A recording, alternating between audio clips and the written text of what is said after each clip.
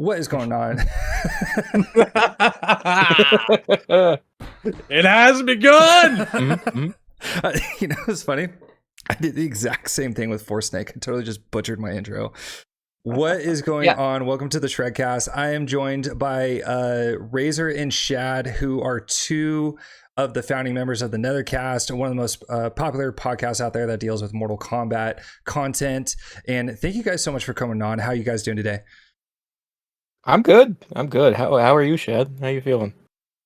Sweaty, humid, just getting over a cold. Not too shabby on the whole. On the whole. On the whole. Got it. Right on.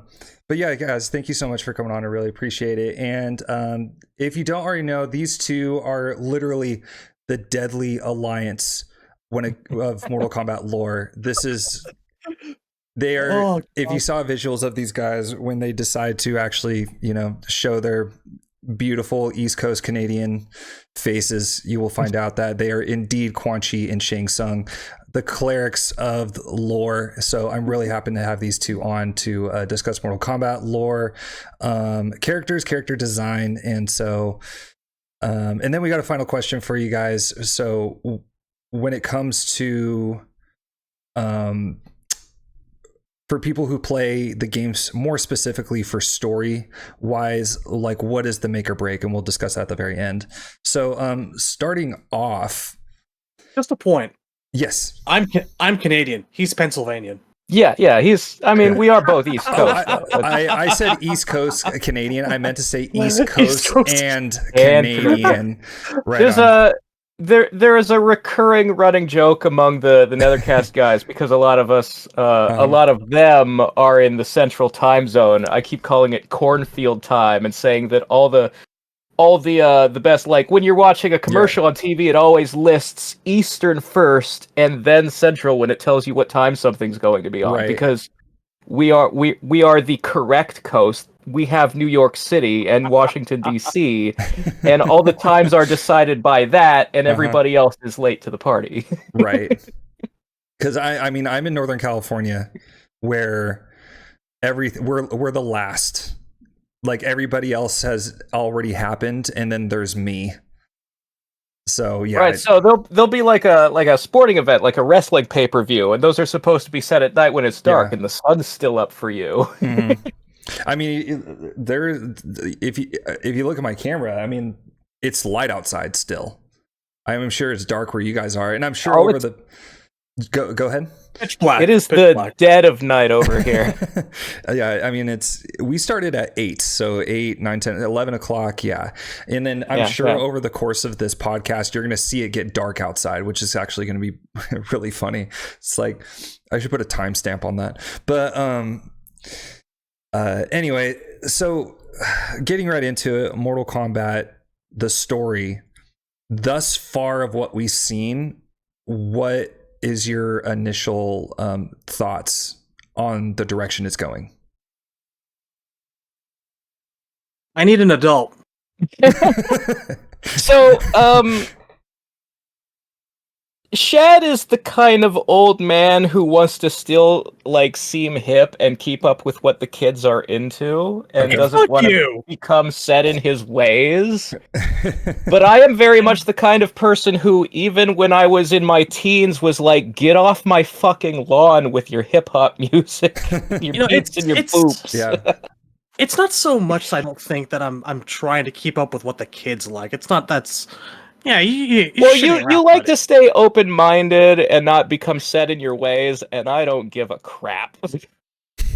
I don't exclude new things from the periphery, that's true, but lately it's just been kind of a matter of I'm kind of sick of being jaded, because I have been jaded for a very long time, many, many years. And going into this, I've been kind of hoping, I kind of want them to do something ridiculously dumb and throw everything that we know out the window, so I don't have to hold them to anything.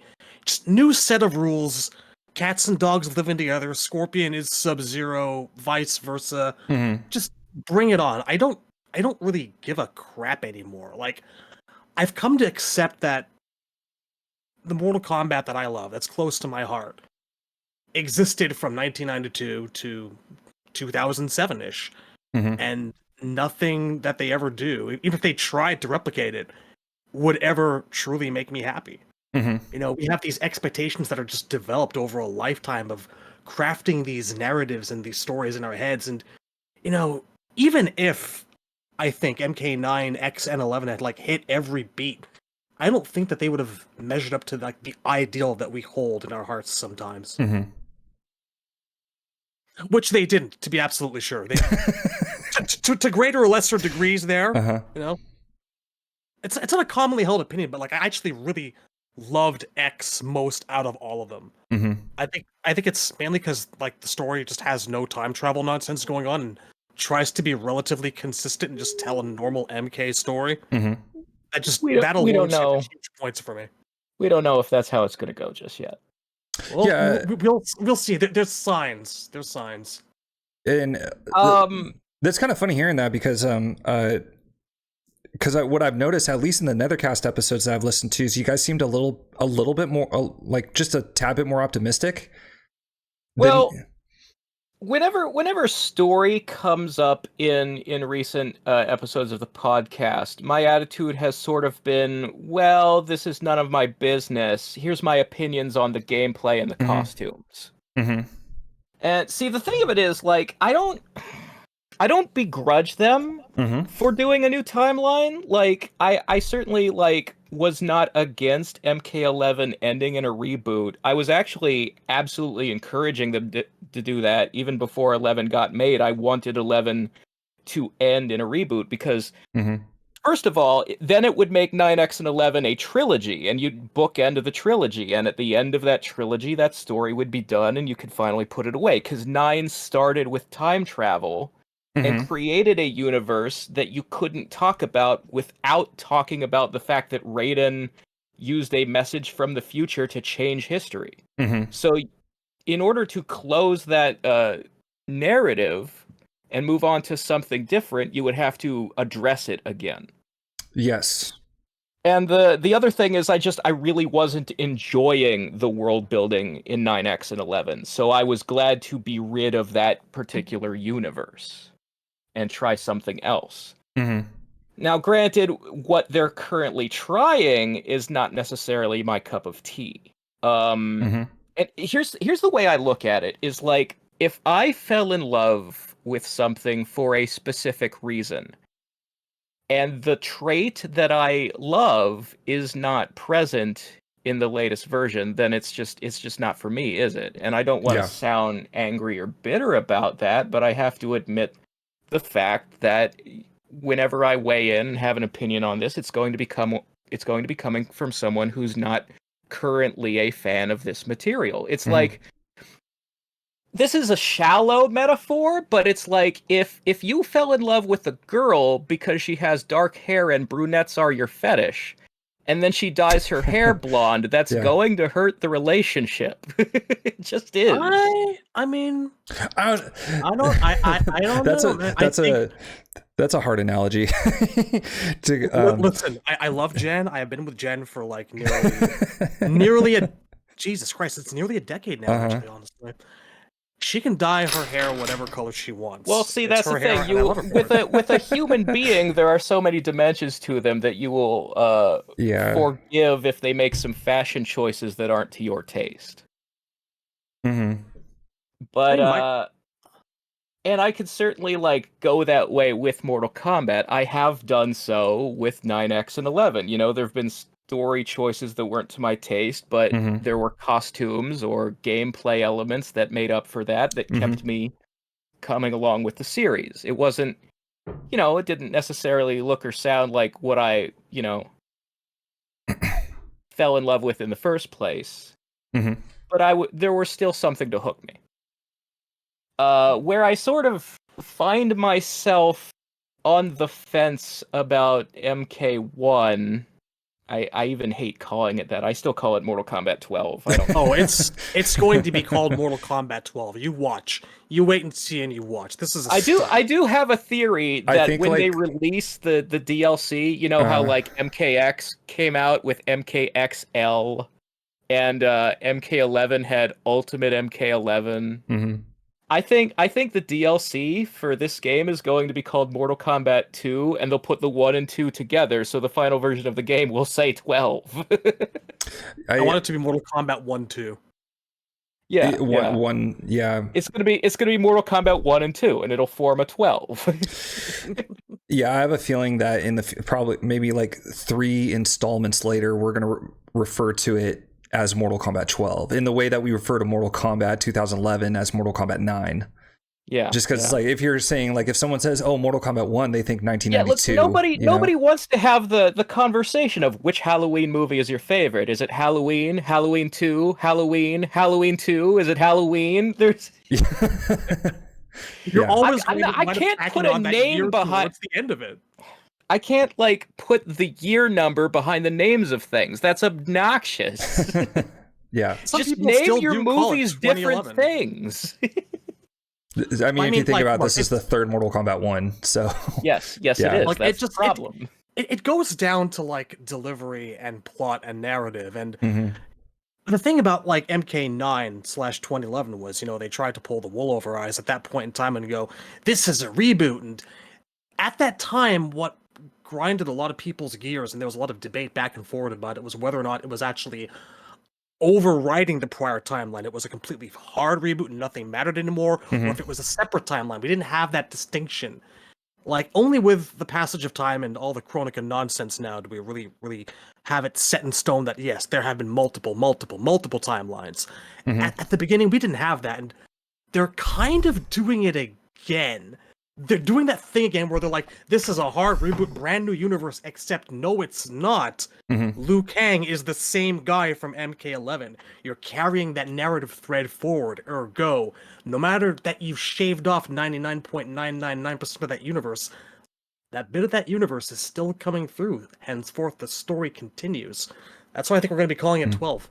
Yeah, I guess. Oh, what I was going to say was like in an interview, Ed Boon did say like he did say Liu Kang is literally the only one who knows that there had been a previous timeline in the past. I mean, I can see that being like a problem later, like not a problem, I'm sorry, but like come up in the story later, like they would, lose trust in Liu Kang and be like, you let us die in the past or something like that. I don't know. But well, I was Kuai Liang and I found out that I used to have the same powers as my brother, and now I've been merged with another guy and I have his abilities. Mm-hmm.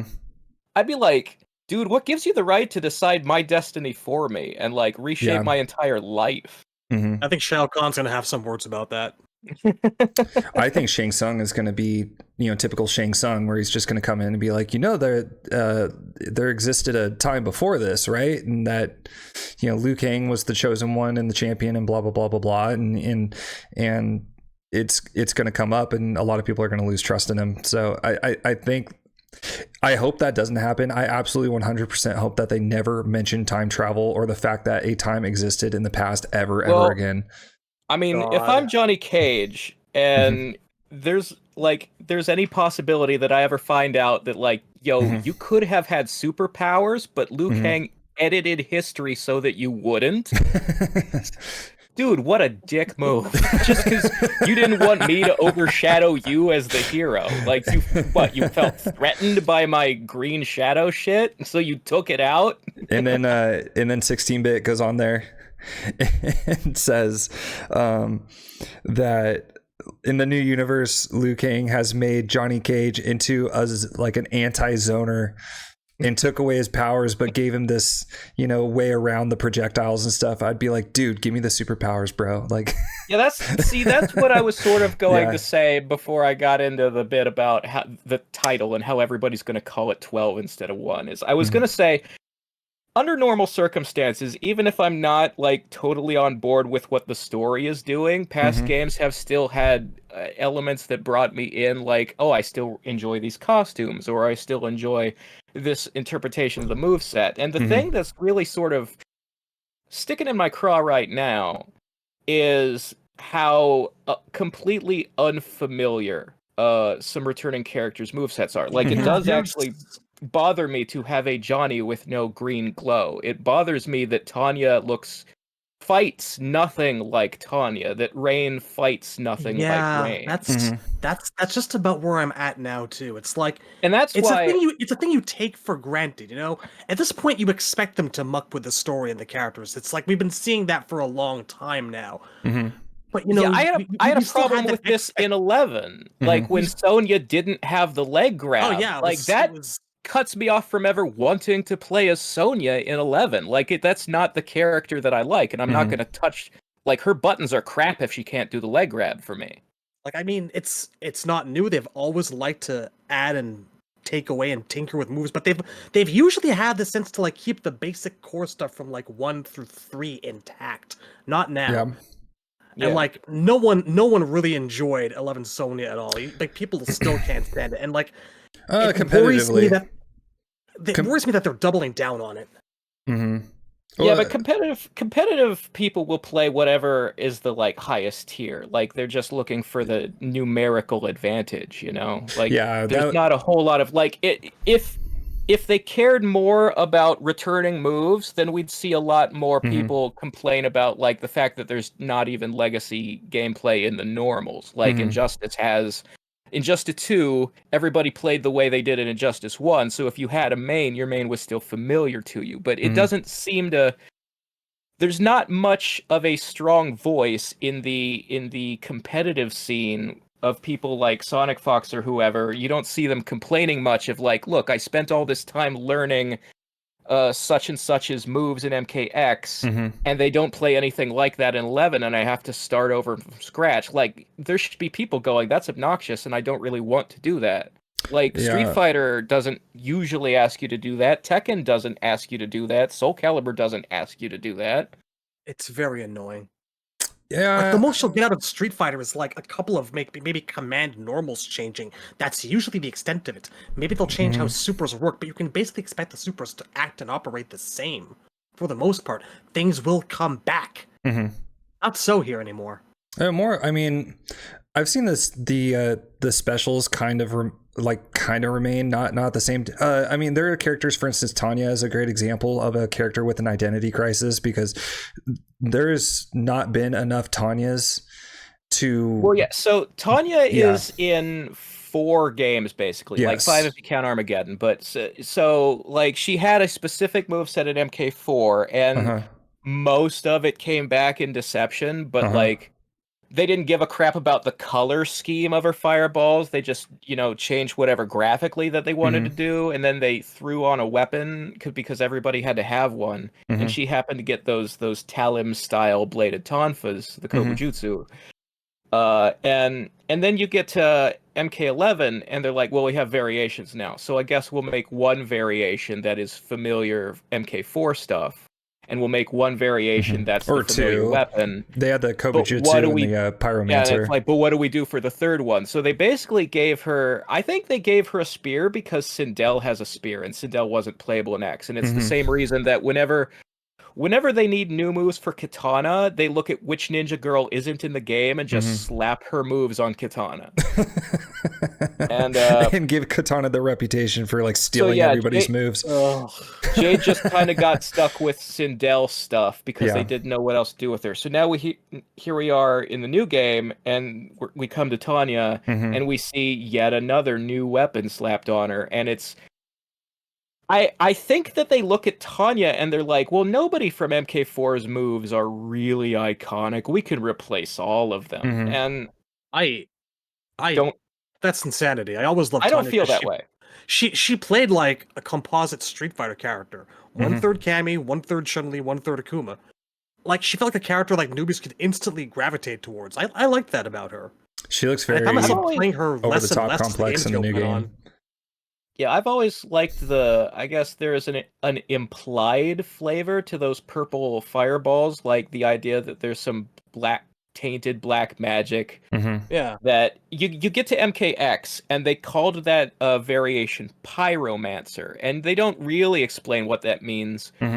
But you start putting things together in your head, like, well, she's Edenian. And one of the people Edenians worshipped was Delia, the Lady of Flame. So maybe pyromancers are priestesses of Delia, and maybe that's what she was doing before MK4, and then Quan Chi and Shinnok came by and like corrupted her to their side, and that's why she went from using fire-colored fire to evil purple-colored fire.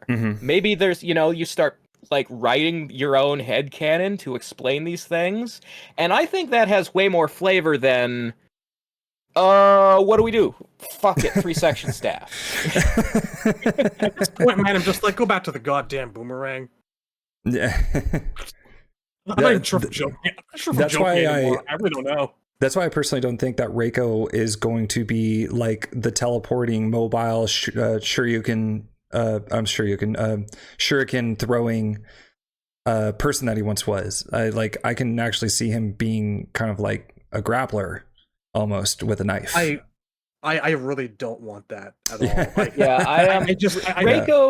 Reiko is a character whose moves I am currently worried about because his costume is so, reverent of how he looked at Armageddon. Like they did a good job making him look like the Reiko great. people he looks really so good. It's like they sat down and they went like, we know people have wanted this guy for 20 years, don't fuck with it. And I hope that philosophy extends to his moveset. So if you're presenting this image of like, hey, look, it's the guy you remember the way you remember him, and then his moves are all different, there's going to be like an emotional dissonance there. Yeah. No, I agree with that. Yeah, and that's why, like, so the one thing that is like really appealing to me about MK12 right now is the cameos, because they represent the past timeline versions of all these characters, familiar costumes, bringing back the old special moves. That's why, like,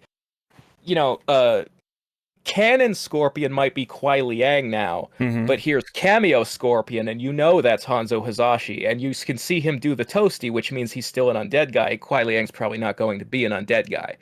So, like, if you want your classic Scorpion image and moves, the cameo's there. If you want your classic Johnny Cage green glow, you're going to get that when the DLC drops and there's a cameo Johnny Cage. So I'm way more interested in the cameos than I am the new versions, the playable characters.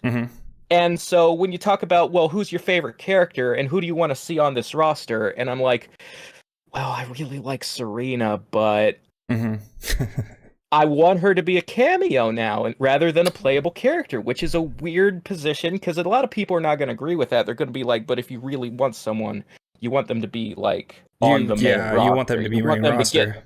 The big spotlight. But since I don't really care about story mode because I'm not interested in Elseworlds to begin with, all I care about is seeing my guys, on the screen. A cameo is going to be good enough for me. Right. They go ahead. No, sorry. No, go ahead.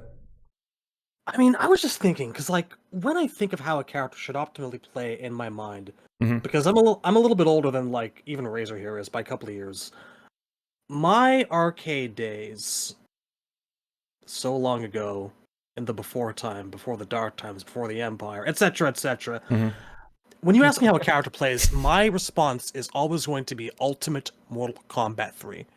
And it's been a very long time since then, and like the closest I ever got to that, and I think that most people now would agree that like the penultimate version of their character is MK9, which was basically an extension of most things Ultimate MK3, barring like smoke, To me, it's just, why wouldn't you return to that? Like, in terms of competitive gameplay, it's Ultimate MK3 and it's MK9. Those have been like the hugest competitive games.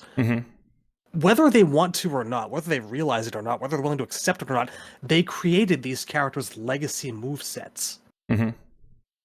And if you're going to change their identities, that's one thing. If you change, like, the little bit that I have to hold on to, how they play, why am I here, Yeah. And like, I am trying my very hardest to be hopeful and optimistic. And in terms of story, I'm trying, I vacillate between looking at this game as, anything goes, nothing matters, so just have fun with it, to, you know what? I enjoyed Malibu Comics back in the day when I was a kid. Mm-hmm. Look at it like that. It's just another crazy shit story that doesn't actually matter to you. Yeah. It's just have fun with it. That's what I'm trying to do, is have fun with it. But that's an obstacle when no one plays anything remotely like how I'm familiar with. When I have to relearn everyone from step one again, except probably Scorpion because it turned out to change him very much. It's a bit of a bummer, you know.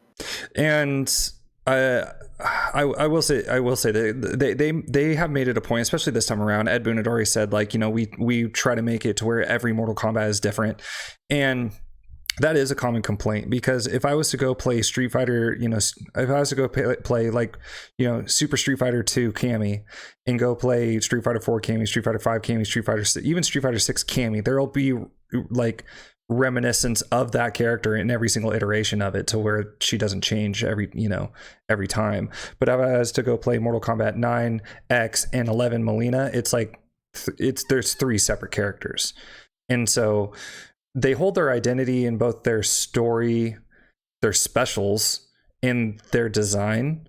Yeah. You know, and so particularly their design and their specials, I would probably say, is probably the biggest one. Like, Melina will always have the mouth and the purple and stuff. I will say, like, I'm finding a lot of the costumes in the new game look like somebody put like the name Scorpion or Katana into Mid-Journey. You know, they look like AI art. They're very kind of generic. I'm wondering busy, where they're going, and I'm not seeing a lot of like identifying logos or familiar pieces of clothing and shapes from previous games. Like, if I'm designing a katana, I'm gonna try to put like a diamond window with crisscrossing laces on her chest. And the color scheme is going to be like blue and black, not blue and silver. Because, like, that's what I think of when I think of katana, and like that's going to be familiar to me. And there's like things like, I expect, you know, Raiden to have like the kanji for thunder on like a yellow patch on his arm, because he usually, like, when a character has a logo, there's an element to that that's like sort of a corporate marketing thing, where like you want you know, like something that immediately catches the eye and you identify with that character, and you're like, I know what that stands for, that iconography, like that sticks with you, and it becomes like something very strong and iconic. It's like, you know, the logo for Coca-Cola or Pepsi, or the Mickey Mouse ears for Disney, or the Ghostbusters logo. You want something, you want a strong image somewhere on your character. Like, when I look at a Scorpion design, I expect there to be a skull on there somewhere, you know, like on the belt buckle or the knee pads or something. When I look at I guess I just expect a little bit of yellow in a spear. Yeah, I mean, and that's like, the thing.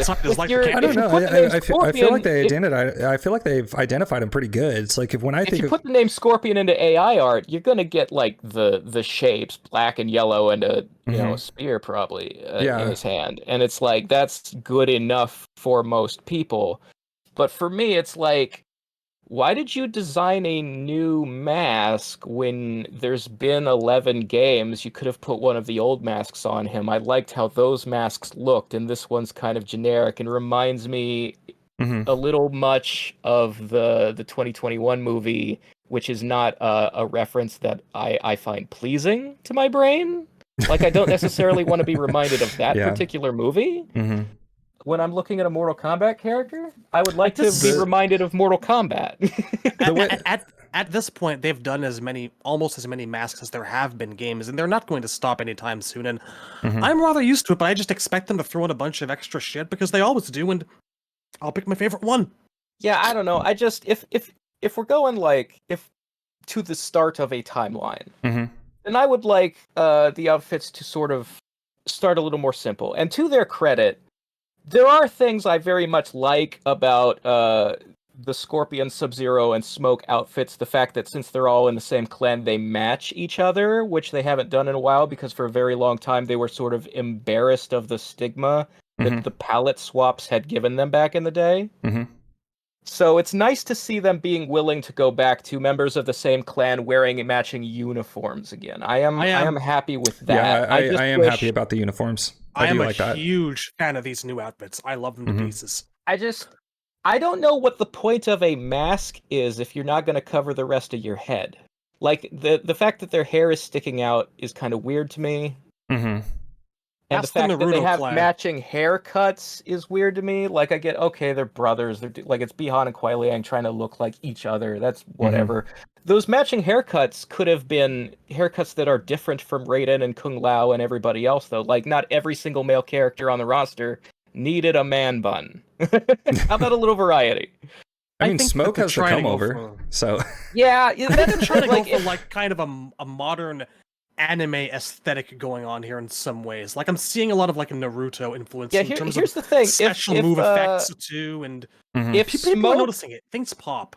If Smoke switched haircuts with Bi-Han, like, and not the haircut colors, like, Smoke would obviously still have gray hair, but if he had the man bun and Bi-Han had the short hair, those two characters would look more like themselves to me. Yeah. I'm kind of digging on the Smoke design. I know, like, for instance, like Temp 100% does not like it whatsoever. Which is fine. A lot of people are like the gas mask looks like it's too stretched and long to them. Like, there's been comparisons to an anteater. I can see where that's coming from. My previous guest Kenny Baum pointed out that because one of the questions, not necessarily for you guys, but just the thing that's been ringing in my head is like, okay, what the heck is practical magic? And for one, but two is just that it's the fact that Smoke cannot manipulate Smoke like on his own, like naturally. So therefore he needs to wear a gas mask like whenever he's, Well, that's the thing. They're trying to have their cake and eat it too, because in one hand he's using like actual smoke bombs, and they've got this backstory about how he had to learn quote unquote practical magic because in this timeline he wasn't born with any powers. He didn't get sacrificed by a cult and become an Enenra like he did in MK9. To fit that backstory, they've put these physical smoke bombs in his hands. But then you see a cutscene where his lower body is surrounded by a tornado that's carrying him up into the sky. See, that didn't make sense because I was sitting there like thinking to myself, I'm like, okay, practical magic can be one of two things. It can be either like magic that he has had to learn on his own that he wasn't innately born with, or it's practical magic is like illusions, that he like a ninja uses, which I think the former. I personally think it's the former. When I read a backstory of like, well, he wasn't born with an affinity for a specific element, and so he had to learn this general version of magic, then I start asking, then why is all of it smoke themed? Why doesn't he cast magic missile? I must be the only person. Smoke missile coming in. Yeah. If you're learning a generalized form of magic, then you should not have a theme. It should be a broad variety of things that you can learn. I think the thing I'm taking away from this is that they shouldn't have said practical magic. I think that's just I'm kind of like wondering what's practical magic. What does that mean? I don't give a shit. I must be the only person who just does not give a shit. He doesn't use his MK9 like origin or Enenra story anymore. I loved this guy when he was a fucking Gray Scorpion clone. And he was just tossing out smoke. I didn't know where it came from. I assumed some kind of magic. I didn't give a shit. From like 1995 all the way up to like Deception where he became a Cyber Ninja. See, it didn't matter. Like losing all that stuff, the Tommaso Robata stuff, the Enenra stuff, sucks. Yeah, I get it. I would like some continuity too, but it's not the make or break for me. That's the thing, is that for me, the first version of Smoke that I actually gave a crap about was the Cyber Ninja in MK3. So I never really liked Gray Scorpion. I didn't latch on to Human Smoke until they gave him the cool story in 9, and now they're throwing that story out the window. Yeah, see, I was the opposite. Like whenever I played Mortal Kombat 3, I was always trying to, put in the put in the code to get Human Smoke because I liked it better. And I never was a huge fan of the Enenra story, but this new Smoke. Go ahead. I think I loved of it for because me. it was something, you know, it was something where there had previously been nothing. That's true. That is very true. Until that point, he was the last person out of like all the original secret characters, Ermac fucking included, to get his own special moves and involved backstory. So it meant a lot to us when it first actually showed up. Right. I mean, the thing of it is, and we did, you know, a retrospective about Smoke where we go on and on about this for hours and hours that people can listen to on our channel. So I'm going to try to repeat as little of it or like, you know, narrow it down, do it the Cliff Notes version. But the only thing that ever really got me interested in the character of Smoke was the elements of his story that portrayed someone whose life circumstances were out of his control, and that he was like struggling to find his identity, that he was like trapped in, for example, as a cyber ninja, he was trapped in a body that, you know, wasn't the one he was supposed to be in, that, you know, that they had done this horrible thing to him, performed this surgery on him and turned him into a robot. And now he was like stuck fighting for his free will and trying to like reassert, I am not what you know, tried to turn me into. I am not a machine. I have free will. I am a man. And then there were like elements of that in the Enenra story too, of like, if he were to find out his background of like, I've become a demon from the Netherrealm, does that make me like evil by nature? Am I doomed to belong to the Netherrealm?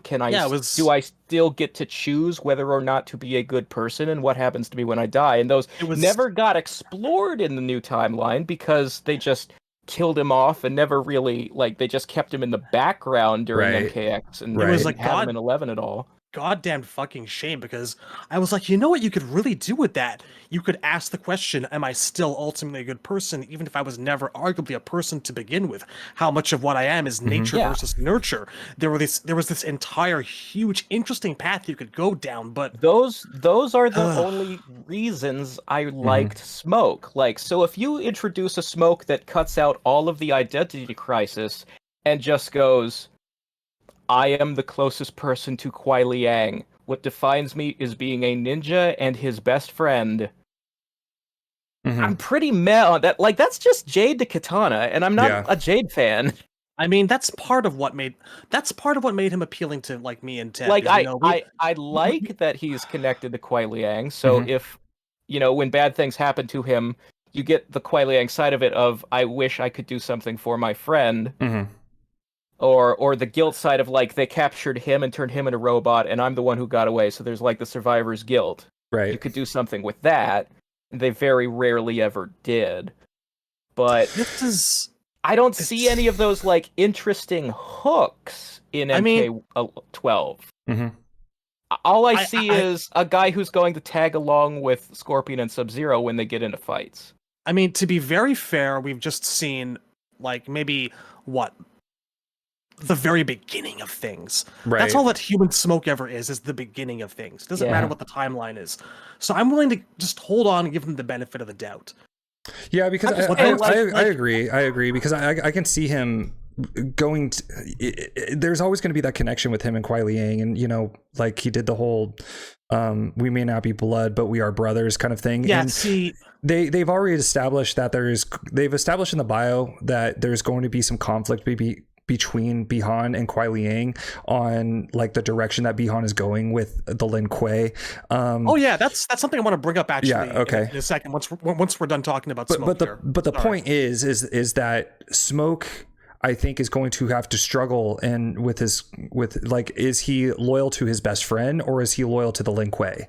You know, and he might have to, like, deal with that Jade thing again. I mean, and I think that I honestly think that exact same thing is going to happen with Jade, because they haven't shown Jade yet. I mean, if she is in the game as Countess Jade, that's another question. Is she loyal to the kingdom, to the to the monarchy, or is she going to be loyal to Katana? Because Liu Kang also has pointed out, like, keep Countess Jade close, she's detriment to your future. So it's like, well, is Katana going to have to choose between or not even choose, but she's going to have to come to a point in time when she's going to be like, my sister is going off the rails, and she's formed an alliance with Reiko and Shao Kahn, or now it's General Shao, and she's going to have to ally herself with Countess Jade.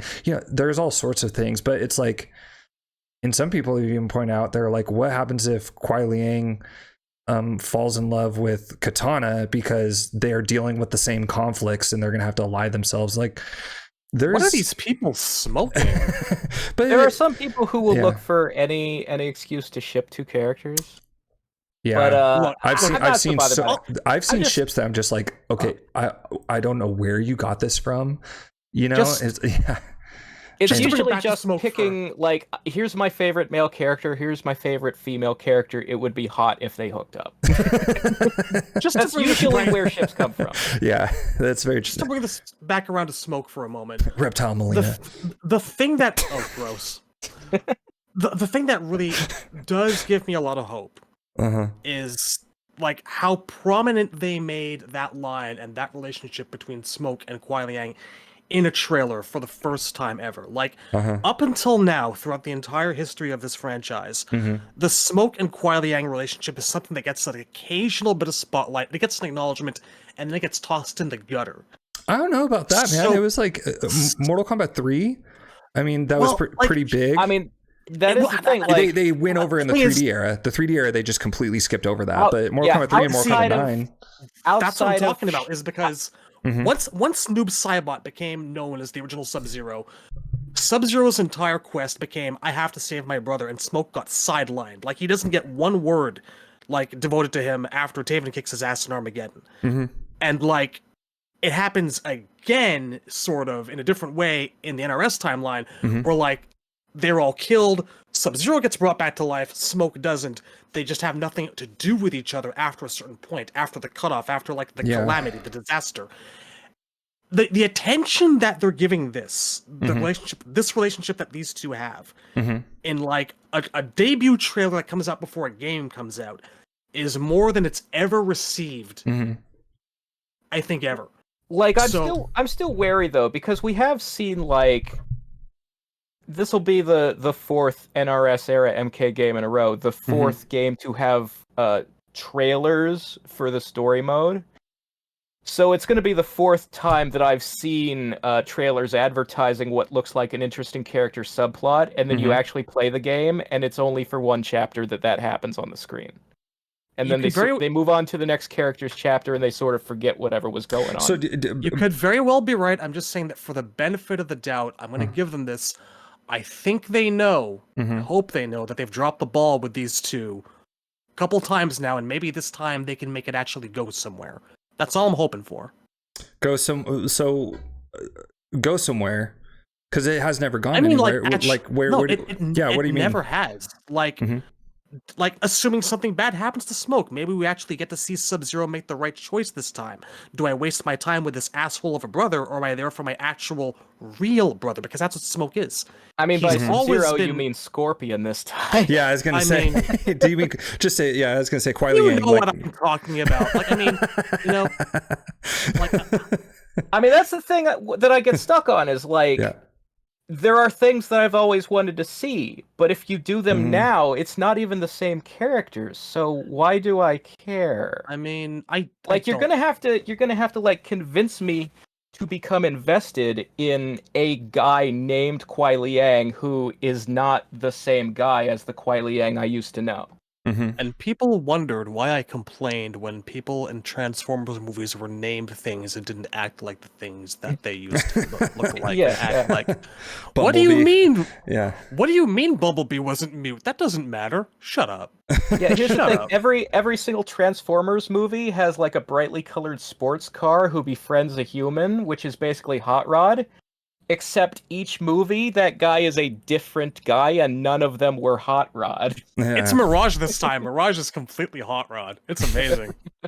He is so Hot Rod. He is so Hot Rod right now.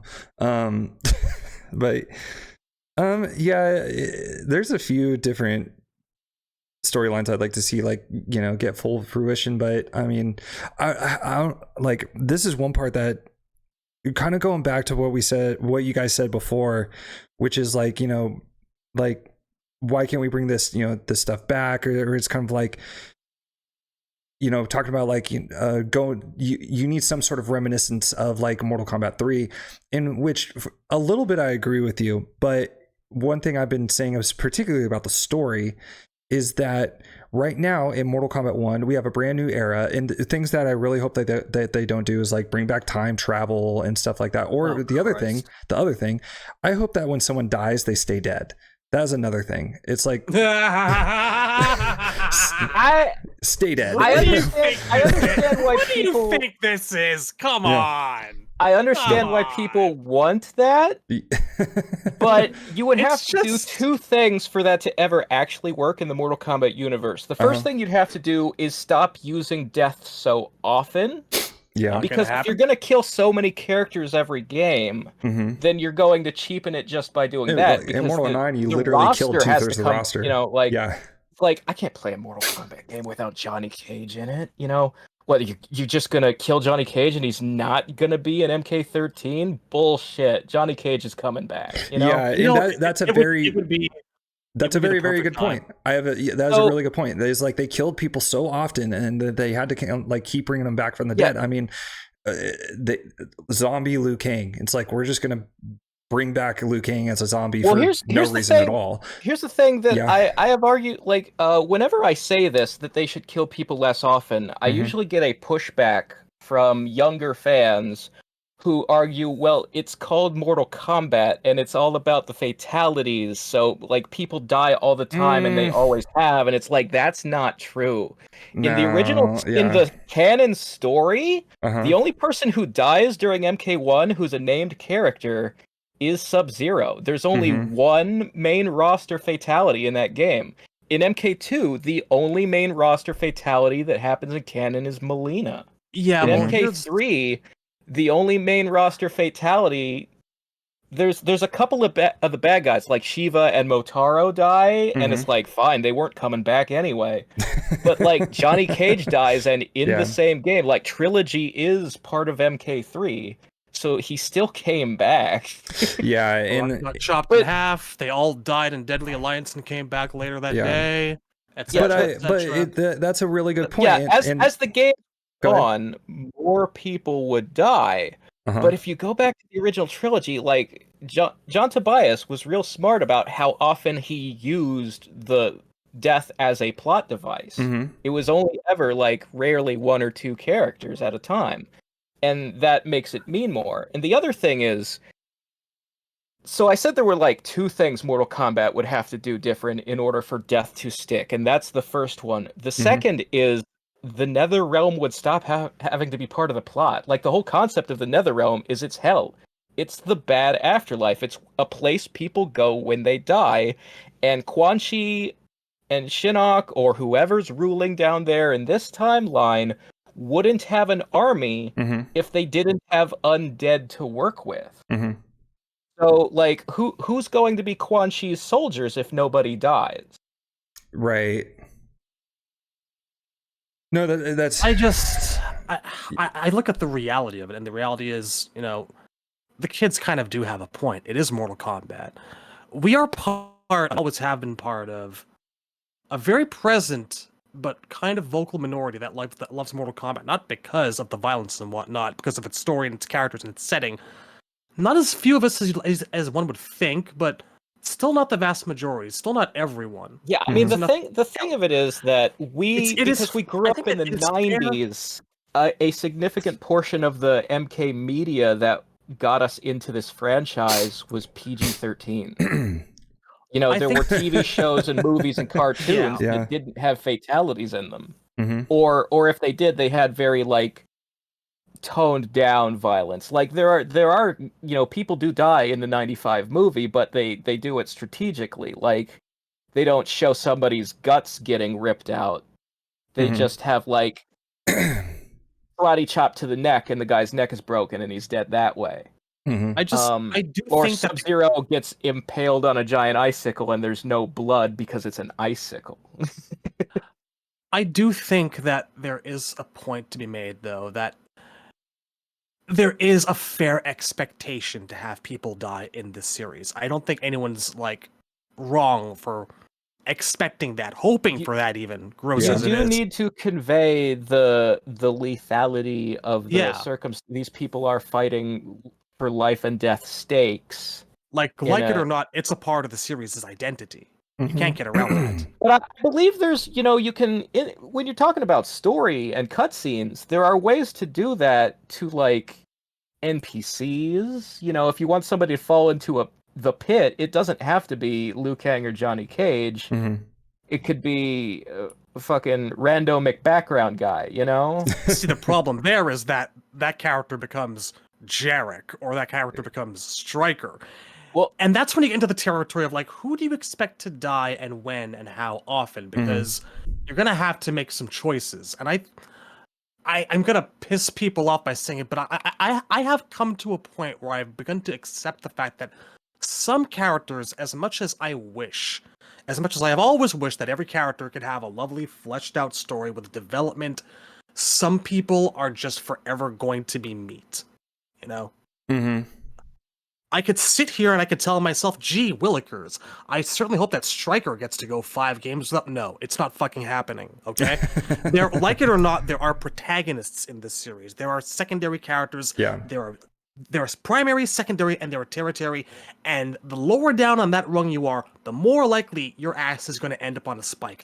I've come to peace with that. I've come to terms with that. I just ask for a good. I just ask for a good showing before it happens. That's all I request. It would be better if it wasn't the same character every time, over and like Kung Lao every single appearance. It's time for that to stop. But I had no problems with, say, Stryker in Battle of the Realms getting like killed by Shang Tsung. I'm like, if it couldn't have happened to like a more optimal candidate, okay, sure, fine.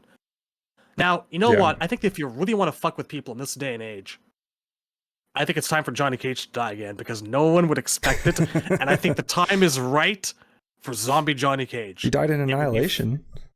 He died in Annihilation, but like, I feel like they're paranoid about killing Johnny again with rights. Because, it was a joke for the while he died and he came back, and he died and he came back. And now, under Joel McHale, the character is like one of the 3, I'd say arguably 3 or top 3 to 5 most recognizable and popular faces of the franchise. That wasn't the case back in the day.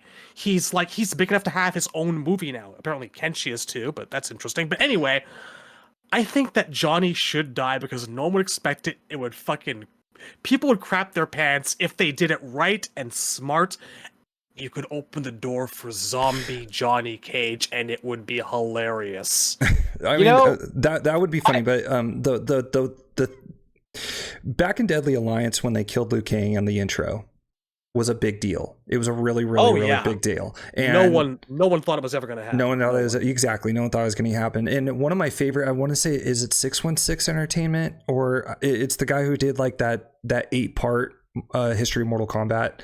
And he's based out of Illinois, and I remember when he started talking about the 3D era in that particular video. He was like, "Oh crap, dude! They killed Liu Kang," and it was like a big deal that they actually did that. But that was also back in the day when death meant something, So it was like the fact that they killed Liu Kang, and then they're who technically was like the main character of Deadly Alliance.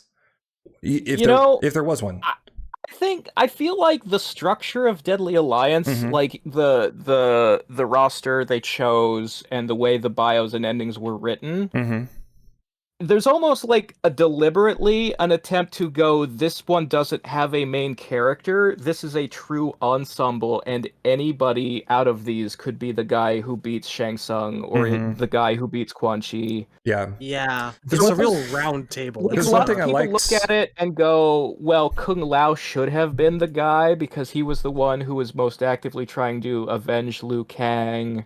And like out of the heroes team, it's like, well, there's Raiden, But at that point in time, Raiden was always looked at as the mentor, and you wouldn't expect him to sort of steal the spotlight from the mortals under his care. And then there's Kung Lao, Kitana, Sonya Jackson, Johnny Cage. And you're like, out of these 5, who's the most likely to be the main character? It's got to be Kung Lao, right? Right. So that was the perception at the time, but I never felt like Deadly Alliance had a main character. Like, I was not surprised that Kung Lao didn't win. And same thing with like okay, Shujinko was the main character, Deception, but at the same time, I didn't also feel like he was. I felt like there was. It's kind of. I get where you're coming from. Deception has this feel of like an 11th hour protagonist showing up to like recruit everyone and go, "Hey, look, while you're all running around in a blind like panic, this dragon guy's like taking down everything. Yeah, I need your help. Let me collect your powers. Come on, let's go." It's a very hard sell to introduce a character and go, oh, this guy has a secret history. He's been running around doing stuff for 40 years and you just didn't know it. And you can find out all about it by playing this RPG mode we put in the game. And it's like, look, I appreciate that there is a 40-year-long RPG mode, but he's still a new character. And this is a little bit Gary Stu. Yeah. Not the analogy. The way I put it was like, Deception felt like almost like a 2000s rom-com in that it was a whole bunch of stories that were like, this is, you know, this is happening over here, this is happening over here, this is happening over here, and all of a sudden at the very end they all like met together in the end. Like DA and Deception are, because they're so ensemble focused, they do feel like an anthology thing, and it's a little hard to adapt that or imagine what that would have been like if it had the kind of chapter-based story modes that the current games have. Right, and I mean, like, it's hard to imagine how that would focus, you know. And do you guys? I think like that kind of feeling around even a lot of the classic games. A lot of the time, like the more the roster grows, like you could show me Mortal Kombat 4 or Mortal Kombat 3 specifically, and I could see you going from like one part to the next. Like Johnny and well, Sonya are doing one thing, and like then you cut over to like Smoke and Sub-Zero, and then meanwhile Scorpion's doing like. It's true that Liu Kang is like still your protagonist, the guy who takes down the bad guy in the end, but there is still like so many little bands of like good guys running around. Like doing you can sort of picture how that would work as a movie, and when it would cut away to what the other people are doing, and when it would cut back to Liu Kang, and how the plot would still be moving forward in a specific direction, because there's still a focus of like, look, Earth is currently being invaded, and these guys are all fighting the different battles against the invaders, but eventually it's going to come together into a fight against Shao Kahn at the end. And Deadly Alliance and Deception have a slightly different feel.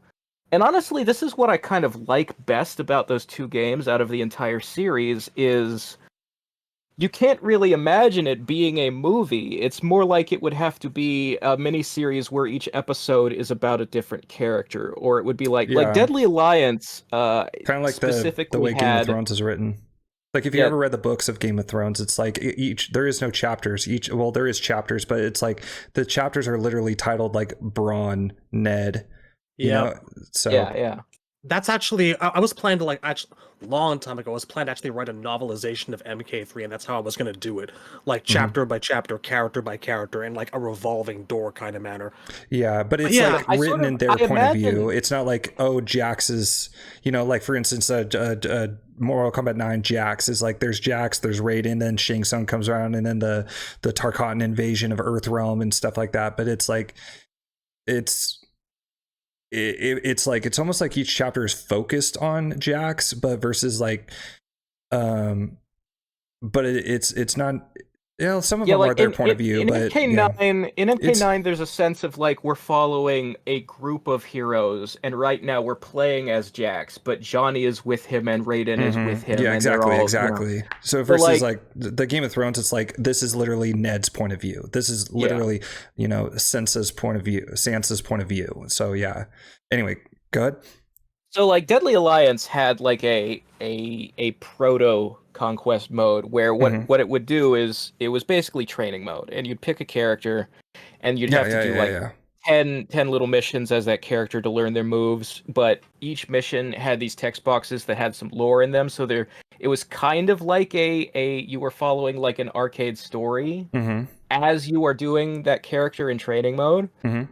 And so I always imagined that if you were to like make a modern equivalent of DA and Deception, you wouldn't have story mode. You'd have your story mode would have the select screen, and each character would have their own small story mode. Mm-hmm. And that's how you would do it. So Yeah. like you get your cutscenes, but it would be like the chapter system, except more than 4 fights, and the character, and like it wouldn't like transition straight to the next character. They could be out of order because you get to pick which one you want to do. Yeah. So like I mean, the way it wouldn't be focused like watching a movie. Mhm. It would be here's 25 characters, so here's 25 different miniature movies. So like Jax could be, fighting the Black Dragons in America, Mhm. and Kitana could be like fighting Tarkatans in Outworld, and the two things might not be related at all because they're not one story; they're two different stories. That's how Street Fighter V did it. It's like if you pick the character and play the character's story, it's like that's their story. But sometimes the story had literally nothing to do with the actual like overall story itself. The only problem I can see that is, one, I don't think NRS would do that. Two is Ed Boon had already like said that he would like to do a modern, more perfected conquest mode, and I can see them doing something a little bit on the lines, of that. But it's like I can see them doing it in the way that that they did with Kakarot, where depending on the time of the story, you actually like, use that character like an RPG. Did you guys ever play Kakarot or heard of it? I know of it, but I haven't Okay, seen it. so you literally play through the story of Dragon Ball Z, except like if you're playing as I don't know, Gohan, you're running around the world with Gohan. If you're playing as Vegeta, you're running around the world as Vegeta.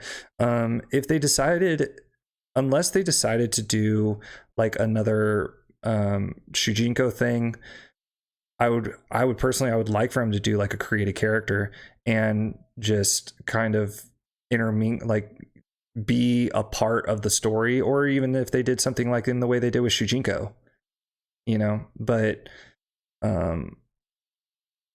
I don't know. I know a lot of people who do like the story, the movie setting, to where you're pretty much like going chapter by chapter. There are a lot of people who actually do like that. I particularly don't, but I know, for instance, I can't think. I had a friend, my original Shinobi, he really liked it. But for me, it's like, I know Temp and Cyborg would literally skip the fights and just play through the movie. Because they're like, if you're going to make a movie, like, I don't care about, like, yeah, I don't care about the fights. At this point, something I'm quite about tired like of the a traditional chapter system. I always really enjoyed the way that the Guilty Gear series used to do it. Up until Xrd, X3. God, Xrd. it's Xrd, Xrd, whatever.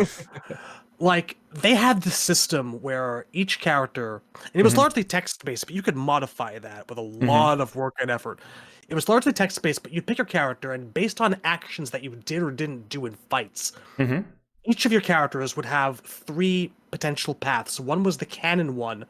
One was either a ridiculous or, like, off-the-wall thing, and, like, one was just straight-up, like, comedy all the way through, like, usually, or, like, a bad ending.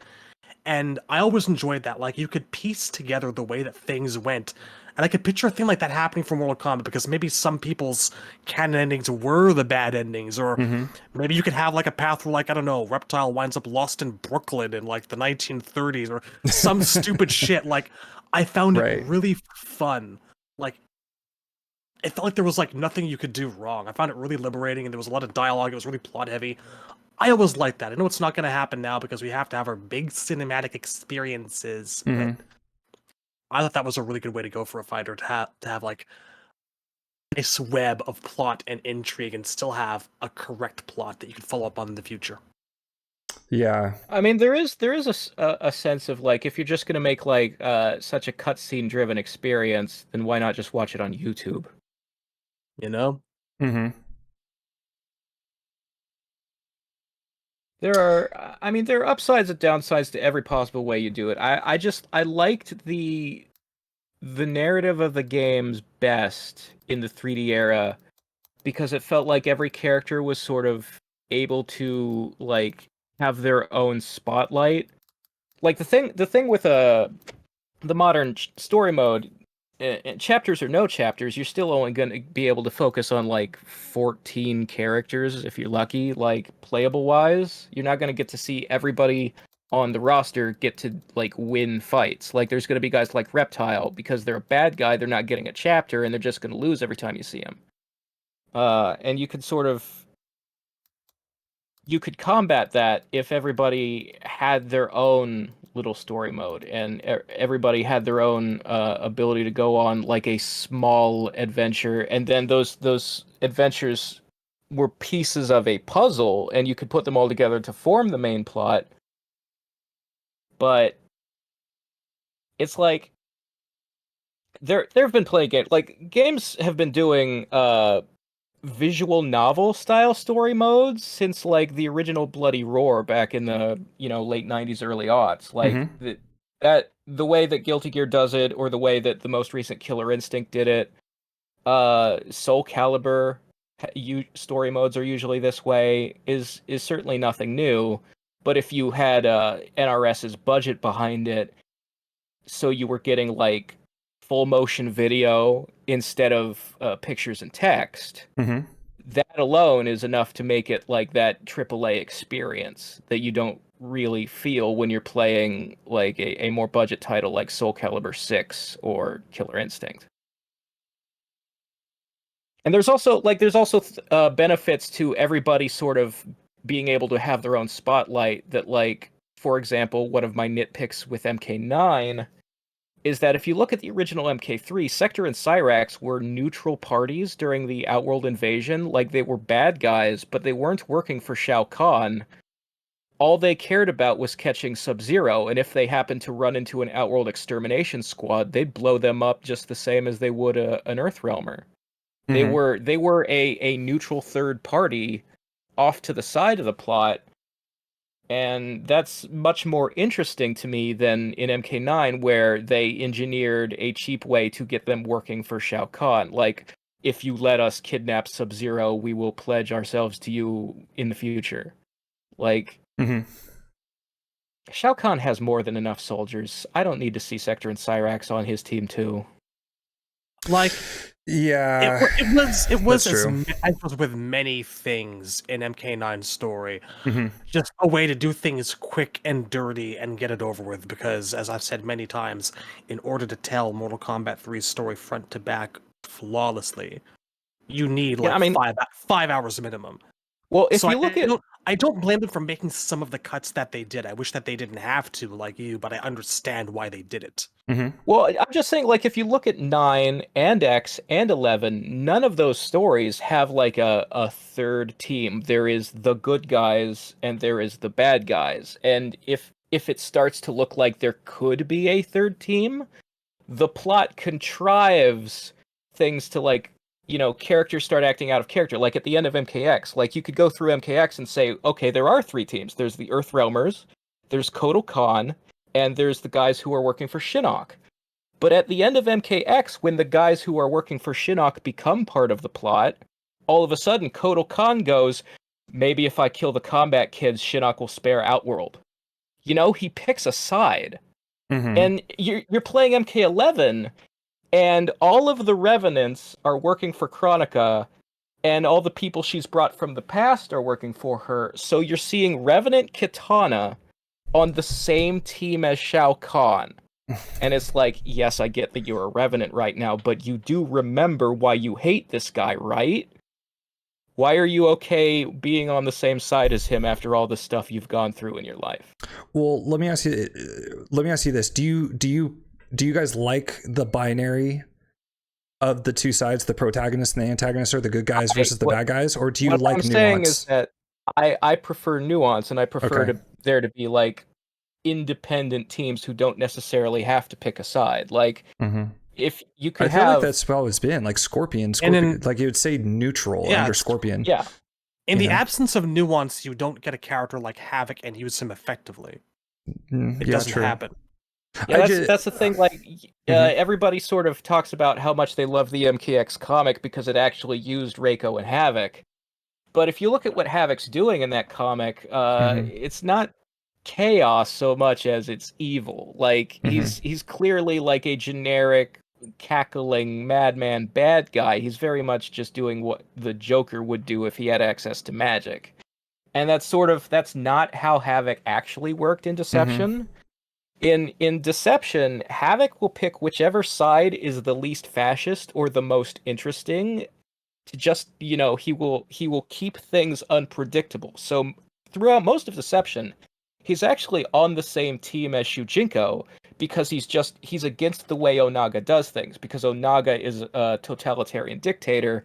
He's lawful evil, and law is the opposite of chaos. So Havoc is like, well, I don't want that guy in charge. So he works with the good guys just to make sure that this particular bad guy is taken down. Yeah, and I feel like that is something that needs to carry over. However, here's the thing: and I mentioned this a lot too. He's stealing your catchphrase, Razor. Wait, which catchphrase is that? I am somewhat famous on our Discord for always saying, "Here's the thing." Here's the thing. I add a reverb to it whenever it shows up every now and then in our lost sessions. So, I am a proponent of definitely having the good and the bad. Now, one of my favorite stories is of all time is Lord of the Rings, because Aragorn is the greatest hero to ever exist. And but when I think of things like, for instance, like the Ents, who are like, side, I am on nobody's side, and then he finds out like, Saruman is destroying my forest and stuff. So for the time being, I'm going to side with you guys in order to take down Saruman, and because he is, destroying my forest.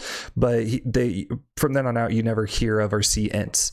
And I kind of feel like that with like people like Havoc, Hotaru, and Darius, because they have their own dramas that go off. But it's like, for the time being, I'm going to side with you and everything. And Shujinko is kind of like that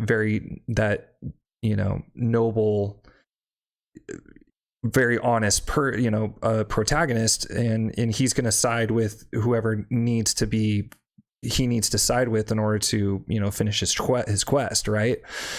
So I feel like that is going to happen a lot when it comes to Mortal Kombat 1, and I really hope we do, because Liu Kang was that Aragorn character who was always noble and true. And I hope that we do have, whether it's Kung Lao or whoever else, I really hope it's Kung Lao. I mean, you don't end Mortal Kombat 11 with an ending like you did with Liu Kang's good ending, and Kung Lao is not like the chosen champion or whatever. Well, but the thing that makes it like the thing about nuance and having multiple sides and factions in a story is that good guys get along with other good guys very easily. So if any characters that have strong morals will find something to agree on and find a reason to work together, they're easy. The nuance in the multiple sides is best expressed through villains, where like in Armageddon, there's really no logical reason for Quan Chi, Shang Tsung, Shao Kahn, and Onaga to be willing to work together anymore, because they've all like tried to kill each other and been against each other in the past so many times. None of those four should be able to trust any other of those four. So it feels silly and contrived to have them like agree even temporarily, like, okay, we'll do this thing. We all know we're going to backstab each other, but for the moment, we will pretend otherwise. Like, it's just more interesting to me if... There's a real beauty in that scene also, in how each character approaches it. Yes, this is a bad thing. Sure, we can make this work. I'm open to suggestions. Fuck you, I'm not working with that guy. You're all assholes. I'm leaving. Yeah, like, Onaga is the one person in the room who is remaining true to himself. and the others are just trying to be like, come on, just pretend we can get along. 5 minutes. 5 minutes is all I ask. We can turn on each other after we make sure Yeah. none of the good guys get up the pyramid. And he's still not having it. Yeah, he's still Yeah. they basically don't finish the argument. They just kind of all nod and walk through a portal together, and then you get to the opening intro, and that truce is immediately out the window. And who is it who's taking Shao Kahn out of the battlefield? It's Onaga. And well, okay, so we've talked a lot about, like, 3D era and stuff like that going in, so going into Mortal Kombat 1, I have two questions for you guys. One is, do you have confidence in the writers going forward? And the reason, okay, No. The reason I ask this is because the one of the biggest reasons why I think Ed Boon said that the reason that they're starting over is because of power creep. Essentially, he's like, well, we just destroyed a Titan, so Liu Kang is going to start his own era, and the game starts with a big bang, and that's why what I really hope that he did was he started with a big bang, destroyed the crown, and he made himself like the equivalent of Raiden because he didn't want to give himself too much power. But the thing I've always said this is that I do think that Chianchillo and the writing team and Kittleson are decent writers, but they're good writers. I would say that they're good writers, but they're really good scene writers. So I saw a lot of really good scenes. But moving forward in Mortal Kombat 1 is that we are now setting a new precedent for the future. And it's like, yeah, we're all veteran players here. I started playing in 1995. That was the first time I saw Mortal Kombat. But it's like, moving forward, with the new generation of players, and I feel like what they're doing is they're setting up, for those. Now, like, here, a kind of like a side by side in my profession, I work in telecommunications, where we lay fiber optic everywhere. And trust me, this is going somewhere, so hold on. And basically is that we will be setting up fiber optics in new communities, in old communities, and there's also retired communities who are 55 and older, right? A lot of them who are in their 80s, 70s and 80s plus don't really care about technology. They don't care about internet and stuff like that. And here we are giving them 1 to 5 gigs of bandwidth, and they're just like, they're just like, oh, just flies over their head, right? But they're always like, why do you guys need to replace what I currently have and stuff? Like, why can't I just stick with what I have? And I will literally tell them, I'm like, we're setting up for the future, and which is, it's kind of like they aren't going to be using, because this is about to get really dark. You're going to die someday. And after you pass, it's like, that's how progress works. That's how technology works. It gets more and more, it gets better and better, and it changes and changes over time. And that's why I think Mortal Kombat 1 is that we're kind of like, not necessarily, they're trying to bring in the new without completely erasing the old, even though they just erased the old as far as the story goes, but they're bringing in the old and just kind of like reshaping it, repackaging it to where it's like, from here on out, Mortal Kombat 1, and I'm sure the next installment's probably going to be called Mortal Kombat 2, or maybe they do some kind of subtitle thing, kind of like Deadly Alliance Deception Armageddon. But the way I'm looking at it now, and I'm kind of the opposite of you guys. I'm a huge proponent of new. I like it when things are new. I want to see new things. So when I hear about the story going forward and the cameo characters, the game mechanics are changing and stuff,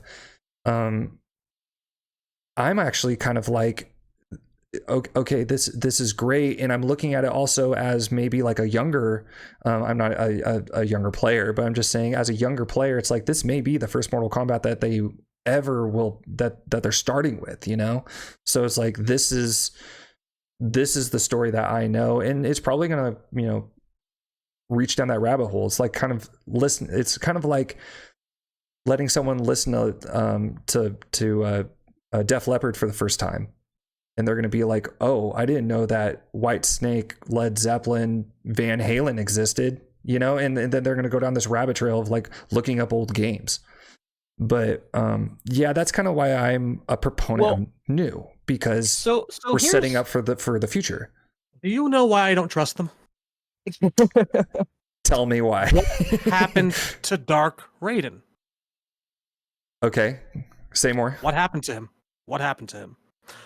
We went through 2 games and set Raiden on a character path of he's going to take charge, he's going to be more aggressive, and he's going to be very dark. We're going to bring back that deception aspect, and we're going to be getting a very different Raiden in MK11. Nope, erased. Back to status quo Raiden. What happened to Scarlet? Scarlet was a massive She was a flesh made of she was a blood. flesh golem until she was an orphan who may or may not have been tossed in a bowl of blood soup. I don't know. Aaron Black was a 150-year-old like Wild West guy, and then he was, I don't know, something. Are you seeing a theme? There is no continuity. There is no setup. There is no setup for the future. That's what I'm saying. There is setup. There is setup for setup.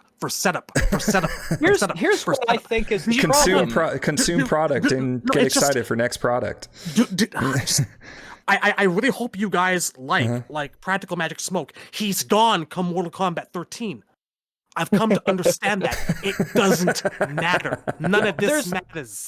There's Mortal a couple Kombat of 2. different. No, it's Mortal Kombat 13. No, it's Mortal Kombat 2. No, it's Mortal Kombat 3. I respect your viewpoint on it, and I wish I could share your enthusiasm. Yeah. But I just don't. I have come to understand that expecting consistency in terms of like ongoing structure, plot, character design, move design is an exercise in futility, and I really wish I didn't feel that way. That's why I'm looking at this game and going, it's some sort of batshit weird alternate Malibu continuity that's not gonna matter 2 games from now. So I'll just enjoy what's here while it's here, because I don't, in the heart of me, I don't expect it to go anywhere. So I'm gonna have the fun with it while I can. And you're not wrong in that, and I at all. You're not wrong in that, and I mean, as much as I've heard people just completely dump on Kittleson and Dominic Chinchillo, it's like you got to think that Vogel had a ton of retcons as well. There was a here's there have the always thing been is that retcons. if I may, there have been bad retcons. It's just that the ones that recently have been a bit more egregious than usual. Don't get me wrong. Vogel had some of the worst. Vogel had some of the worst ones of all time, and like freaking Deception Goro. But like, yeah, it's just that now like they just seem to be coming when they don't need to be coming, you know. Well, if I may, I think they do. That's the thing. I think they do. I can't think of a solid reason why Scarlet's background was changed. Do you? Can you? Yes. I'm talking about Mortal Kombat 1 and on. I'm talking about from here and on. I'm just talking about precedent. I can think of one really good reason. Well, not good reason, but one big reason.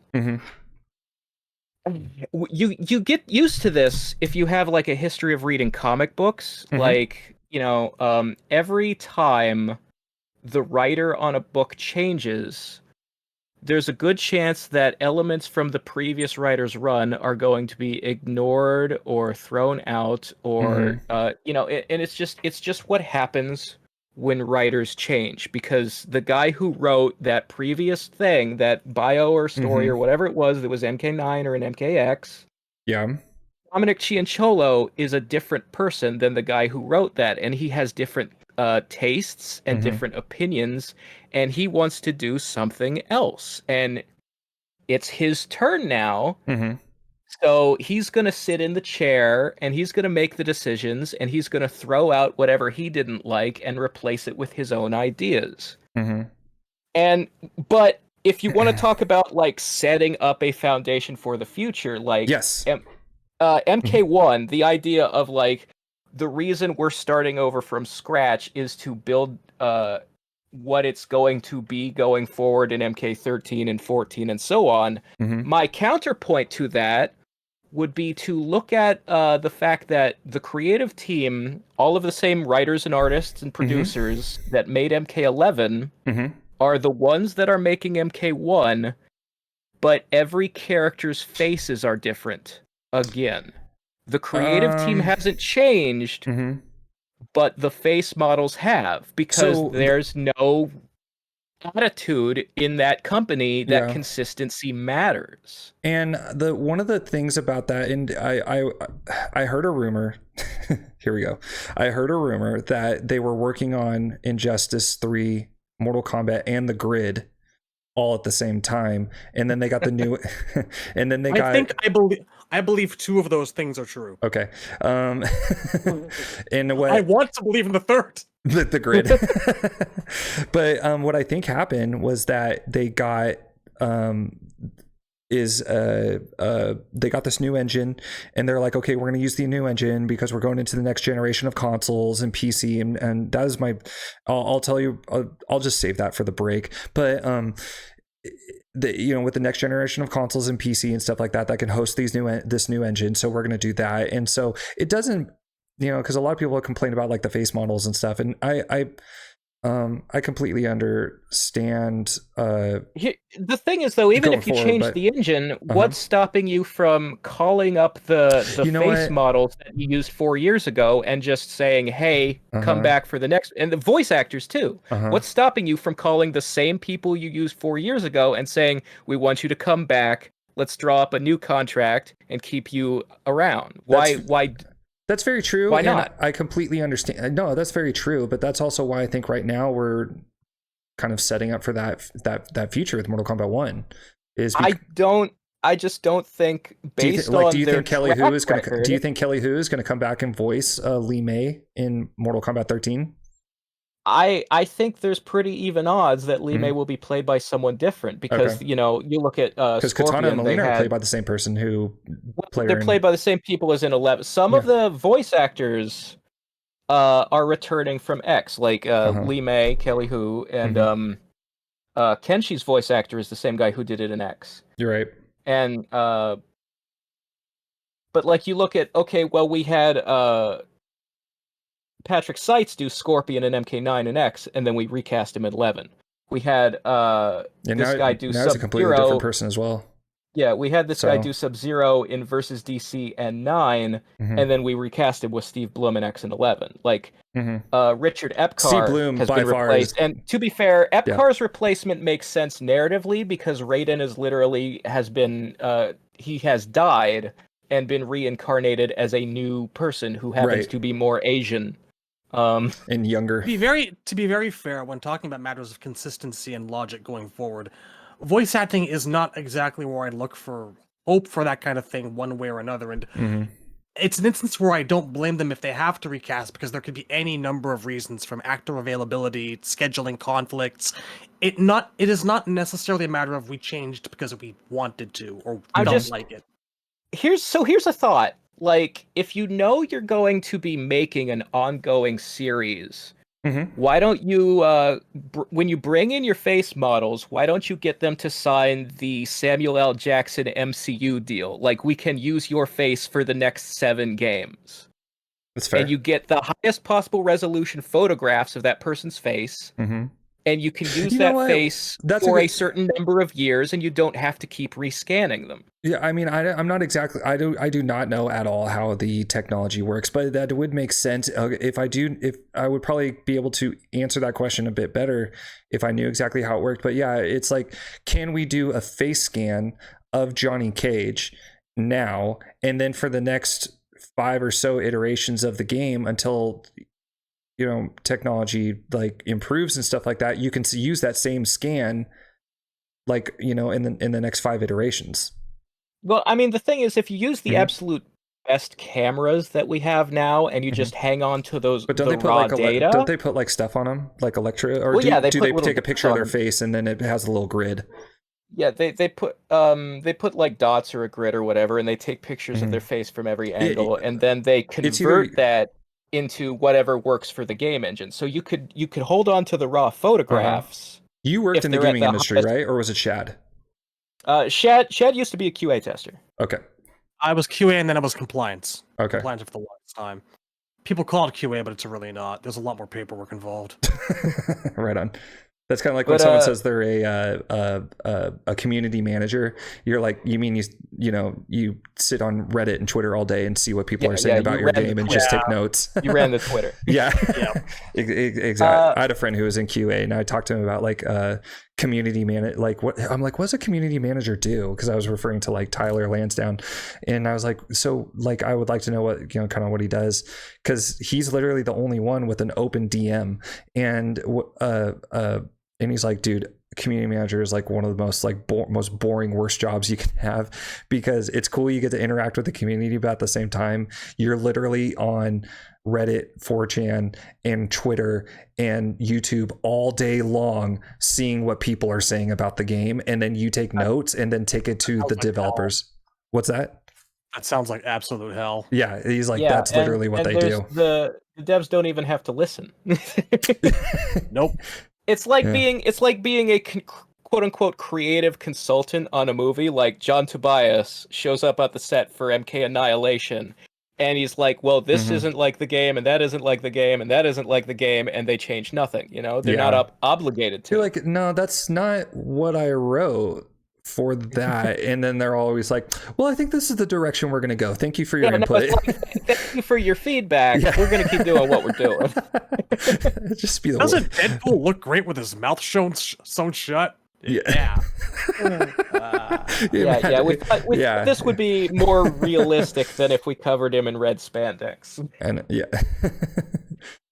so but yeah, it's just so the thing is, at the end of the day, what matters to me when you're judging somebody's writing and potentially how good the next thing they're going to make could be is I have to look at track record, and it's a thing that it's a habit that you develop also from reading comics, because most people, when they first get into superhero comics, the first thing that draws them in is like, I want to read the books about my favorite character. Like I just saw Spider-Man's movie, and it really inspired me to get interested in Spider-Man, so I'm going to start picking up issues of Spider-Man. And the longer you're in the comics fandom, the less of that you do, and the more you start going, I want to get the latest book from Neil Gaiman or Frank Miller or Grant Morrison, because that writer has a great track record, and you're following writers instead of characters, and you start recognizing the bad writers, or the like, this is a new guy, I've never heard of him before. And then you might do your research, and it's like, oh, he's from a web comic, and they got him because he's cheap. I bet he's going to be trash, kind of thing. So what ends up happening? Well, we're talking about writers, while we're talking on the subject of comic writers in Mortal Kombat specifically, I do want to say that I think that Sean Kittleson gets too much of a bad rap.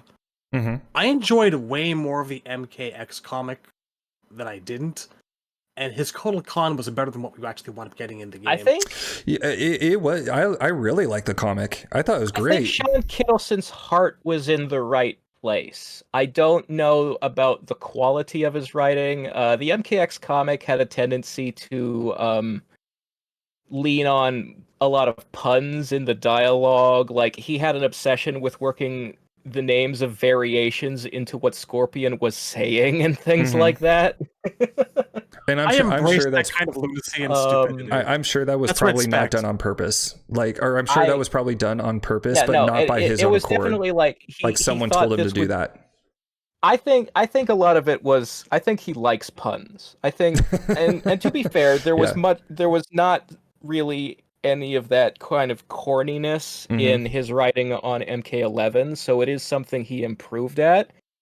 And like, that's the other thing, is like, the more a writer works on the games, you do start to see, like, Brian Chard was the lead in writing MK9. Like, Dominic was there and John Vogel was supervising.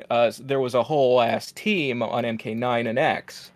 But the lead guy putting pen to paper, as far as we can tell from interviews with him, was Brian Chard. And he gave interviews after 9 and after X where you could sort of see him recognizing criticisms in 9 and taking them to heart, and then X came out and we saw those exact things improved. Like, people didn't like Cyber Sub-Zero because their favorite version of Sub-Zero was the one from Deadly Alliance. So when X came out, they had immediately reverted him. Like they just put Deadly Alliance Sub-Zero in the game. They just straight up replaced what they had with that version of the character. Right. Or like you saw him like the writing for Melina in both personality and like what she was doing in the plot and how important she was had gotten much deeper in MKX than it was in MK9 because a lot of people weren't happy with the portrayal of her as kind of this Harley Quinn-esque childlike because it was kind of creepy to have her acting like a child but also acting very sexual. Yeah. And I didn't see her acting like a child. I it was kind of like, to me, it was more so like, I don't want to say the word tease, but it was well, there's little you know? things she does, like she does sort of sing Is going songy. away. Yeah, there's like, to me that sounds like just a psychotic, crazy, crazy bitch. That's right, but it's playing on like the definitely- trope of like the like juvenile killer pale faced doll with a knife kind of thing, you know? Yeah, and it is very like the thing about it is it's in pop culture a lot because of the popularity of Harley Quinn. But the more often you see it, the more you start to realize that Harley and these characters inspired by her, like that version of Melina or Tira in Soul Calibur. See, was Harley popping off during 2000? Like, okay, 2000. That was after the Arkham games hit it big. So that was about the height of Harley's popularity in pop culture. See, I thought Harley really popped off in like after Injustice, and so yeah. No, I would say it was more after like Arkham Asylum and Arkham City, where she started wearing the corset based outfits with her pigtails out instead of the animated series like the jester looking. But the point I was going to make is that like that particular personality archetype, the more you see it in fiction, the more you start to realize just how shallow and cliche it is. Like, and there is a much more interesting and nuanced character in the Melina who is, burdened by trying to hold on to or reclaim her throne and has to act like, a more mature person because she's fighting the civil war that we see in MKX. Right. And that's just an example. Like there are a dozen different ways in which Mortal Kombat X is a better written story than MK9 was, specifically because Brian Chard wrote 9, took the criticisms to heart, and improved when he wrote MKX. And unfortunately, Brian Chard left the company, and 11 is the product of a writer change. There are continuity differences, things in 9 and X that are not carried over into 11 or are changed and don't make sense anymore. Because just because Sean Kittleson and Dominic Cianciolo aren't Brian Chard and have different ideas and opinions. The only rebuttal I would have to that is that you had,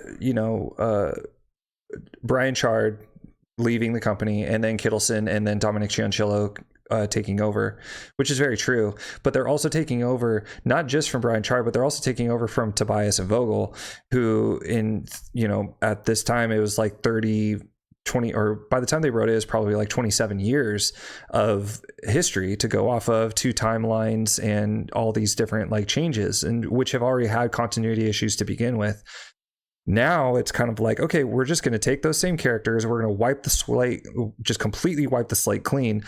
And so this is, by the way, during this, I got an alert that Ed Boon is like he's sitting in a hospital right now, and then he tweeted out, "Ask me anything," and I'm like, crap, I always miss that. Like, we're in the middle of recording, all of a sudden I get an alert on my phone. It's like Ed Boon said, "Ask me anything." I'm scrolling through some stuff, and I he's was apparently promising a Reiko trailer very soon. He's deconfirmed Hotaru. He's being coy about Reptile and Havoc. Very interesting. Typical dangling of the carrot. I tell you, Yeah, man. yeah. I will Always. say Ed has gotten over the years. Ed Yeah. has gotten better at just coming out and being Mhm. more obvious with what he's trying to hint at. Because like Yeah, especially with the you, Ask Me oh, Anythings. in the earlier years of his Twitter Mm-hmm. being a thing, he was just straight up Dude, indecipherable. He was a yeah, lot more of a troll. So I do yeah. appreciate that he's sort of He's a lot more like to me. It sounded more like he was, especially after the Ask Me Anything. He straight up was like, "I can't tell you. I'll ruin the story. I can't tell you. I'll ruin it." Or like, "I would love to tell you, but stay tuned." And it was kind of like it eventually got to a point by the time he got to like the 8th time he did it. It to me, it was like he was like a dog chained up who just wants to get out. Like he absolutely loves messing with people. oh, Always 100%. has. But I think he got so fed up with it. And also, if you look at like Tekken and Street Fighter 6 and also the Project L development too, is like if they can tell us something, they will. And that is something I believe he's probably learned is that when we've been covering Mortal Kombat. Like the Nethercast has been a thing for like 9 years now. Mm-hmm. So we have a Almost lot of experience like making videos about the day in day out waiting for news when a game is going to come out. You know, yeah, MKX, Yep. Injustice games. it sounded like you 11, said waiting like, for nudes. I know that's I not heard what that you said. too. I had that moment of like, well, some things I can wait a lifetime for. Waiting on news. Yeah. The where I was going with that, like Mortal Kombat X was like there was like a 6 or 4 month period where they just straight up didn't say anything.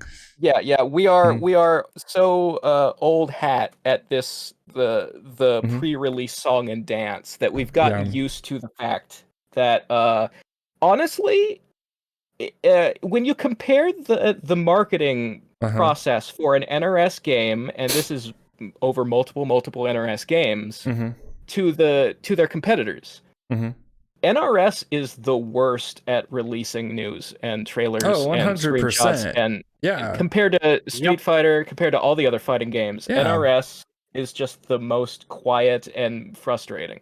And that's why I mentioned like Tekken and Street Fighter, because they just Tekken, every chance they get, they give us news every chance. Street Fighter, the same thing.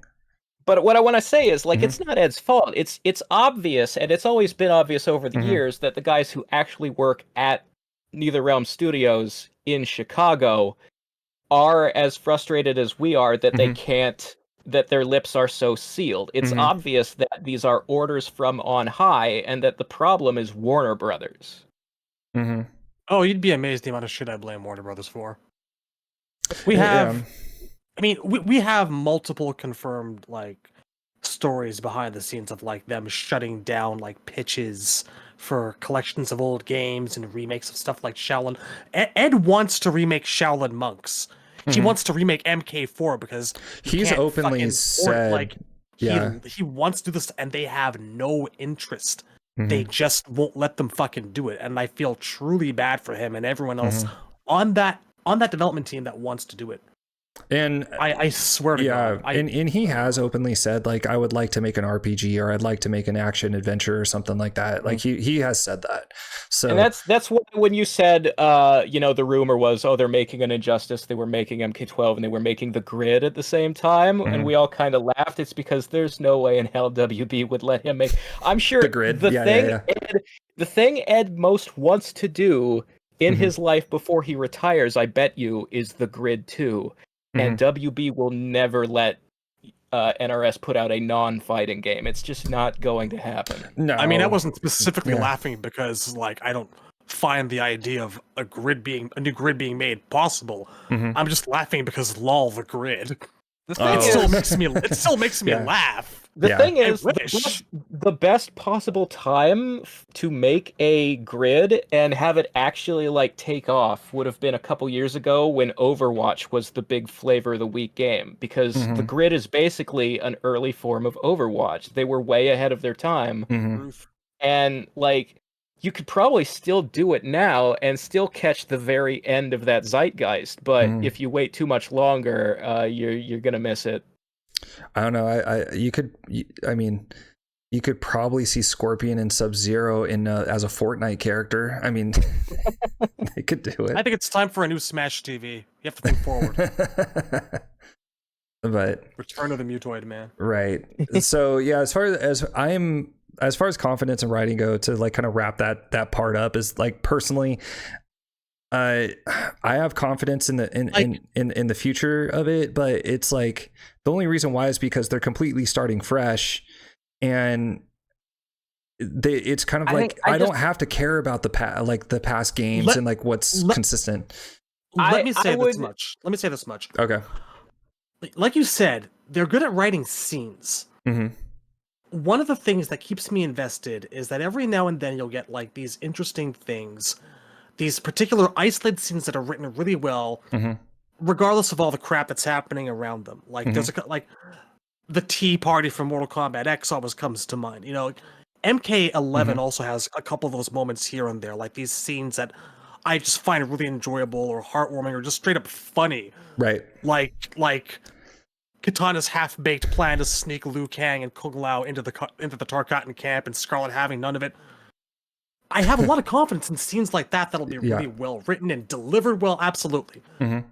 But don't try to convince me for 1 second that we have a stable future with a nice long plot ahead of us, because we don't.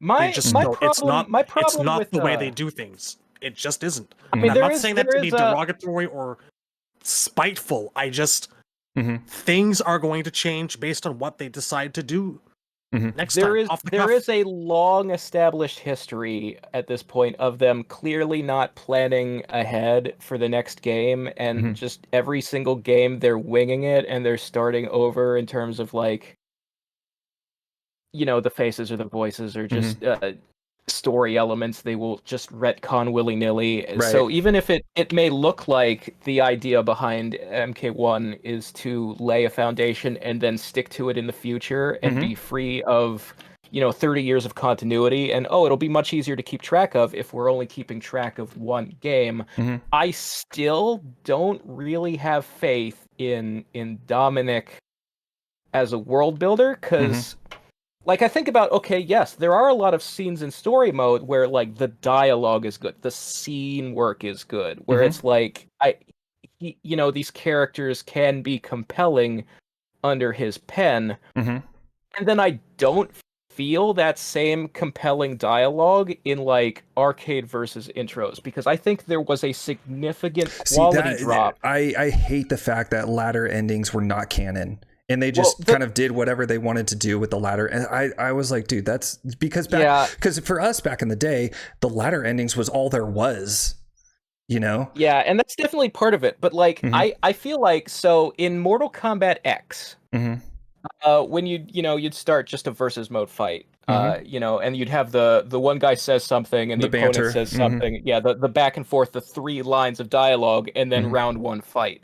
Right. The writing on that was much stronger in Mortal Kombat X than it is in 11. And that makes me not trust Dom as a writer the way I trusted Brian Chart. Like, I don't think he's as clever at that part of it. And a lot of it was, there was a crutch they started to lean on, where in MKX, most of those intros are just trash talk, and it's entertaining and it's funny. Yeah, and in MK11, most of them are like exposition for like story stuff that's not covered in story mode. There's some people who even made like YouTube shorts where they put like sad music in the background and where they were telling like a story. You know, like for instance, when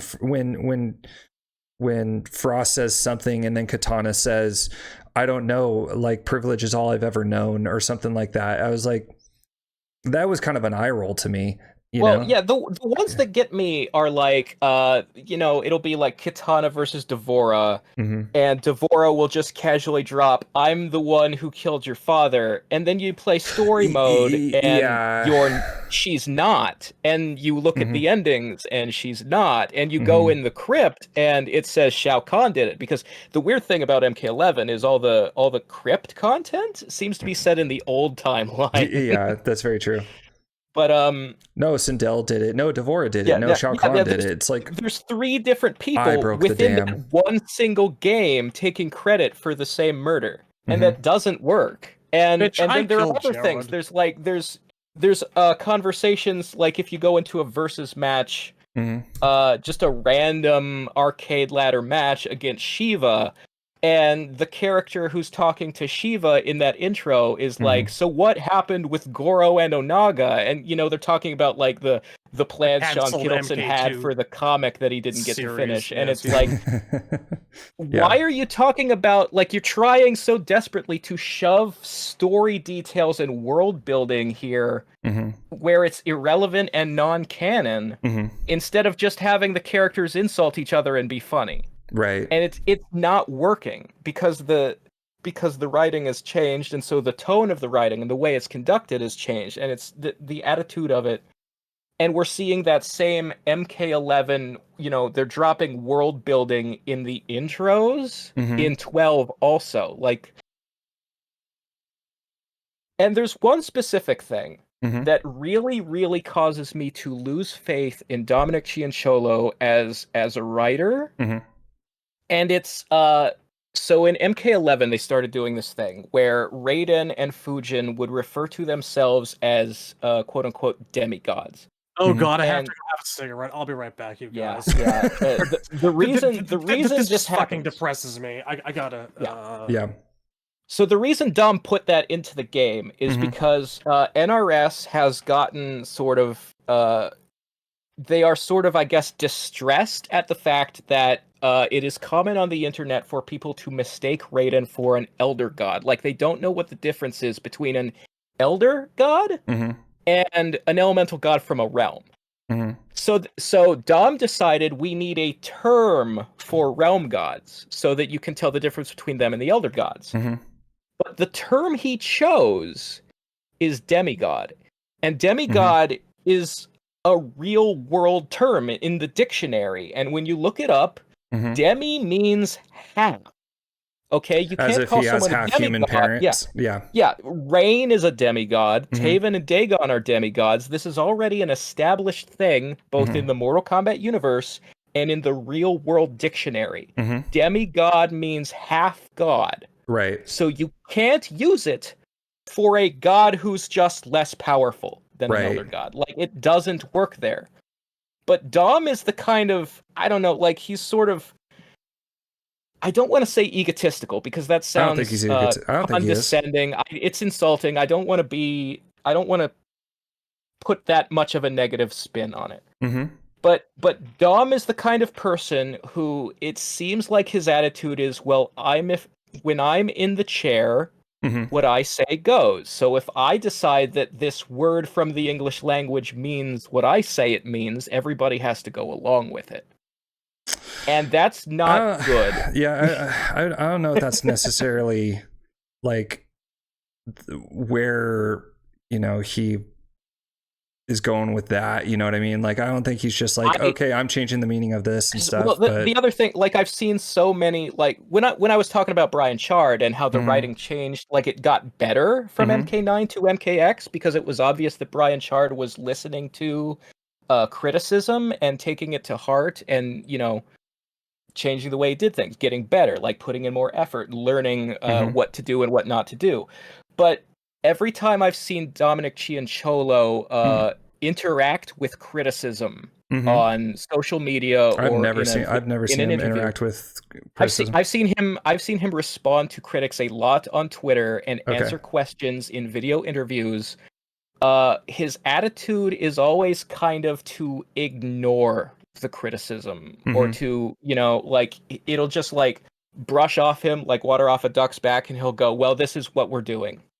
Yeah. Instead of instead of reacting like maybe he should rethink anything, he's always, and I have seen him have a public disagreement with Sean Kittleson over what something they both wrote in MK11 means. That's a red flag. I don't remember that. It was. I remember the specific conversation. Mm-hmm. Somebody tweeted to both of them asking, "Who's more powerful, the Titans or the One Being?" Mm-hmm. And Sean Kittleson answered, "Well, obviously the One Being would be more powerful." Right. And that makes sense because the reason he's called the One Being is he was the first being to exist in the universe, right? And he created everything else. Like he's God with a capital G, and everything came from him. There was once upon a time he was the only being in the universe. He was the one being. That's what his name means. Right. So Titans would naturally be the next thing under him, and then Elder Gods would be under them. But Dom Cianciolo said, no, Titans are more powerful than the One Being. And the only reason I can imagine for him to give that answer is, I created Titans and I want them to be the biggest thing. Yeah. So It's yeah, also, I can see that definitely like being a problem with that. And even I was going to say, even when the Sindel retcon, because it was a retcon, even with the Sindel retcon, was that even 16-bit did the I think he's called it 16-bit or Stephanie's lore hour or whatever. Yeah. And she said that that Sindel has always been evil and stuff like that. And even I won't say who it was, but the response was sort of, Sindel has always looked like an evil character, so we decided that it was easier to understand if we made her even straight up evil instead of mind control. I think what was even happening with that, because even Temp pointed out, like I mean, I don't mean to call him out because I just said that, I won't say who it was, but Temp said that that Temp felt like 16-bit was saying that as if she had a knife or a gun pointed at her head, or a knife, to her back. Like, you have to say this, When I watched the Combat cast where they revealed Sindel and they talked about the new story, I did sort of feel a vibe from Stephanie Brownback as if she was sort of saying what she was saying with a little bit of a cringe in the back of her throat. Like, there was almost a reluctance. Like, you could tell, like, she just did not agree knew at all. That the fans were not gonna take this well, or that she didn't even personally agree with it. I'm not sure, but you could feel that she was like, it's like she's like damage control. I'm pretending that I approve of this because I'm currently on camera and I can't badmouth something my own company has done. I was gonna say, and on staff, so I had to I have to say this, and I don't want people to, I don't want my bosses to look at me funny, so I will say this is a good idea, even if it might not be.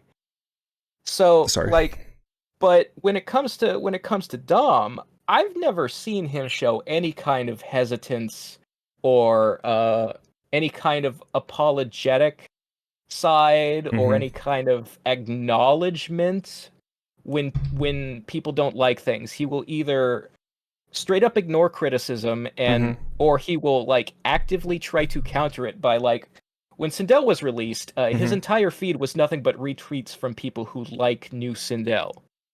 as if he was sort of like desperately trying to prove, no, look, people do like it, it's great. But because I know people who do, I have friends who do. Sure, and I've seen people, but how many of them are there compared to the number of people who don't?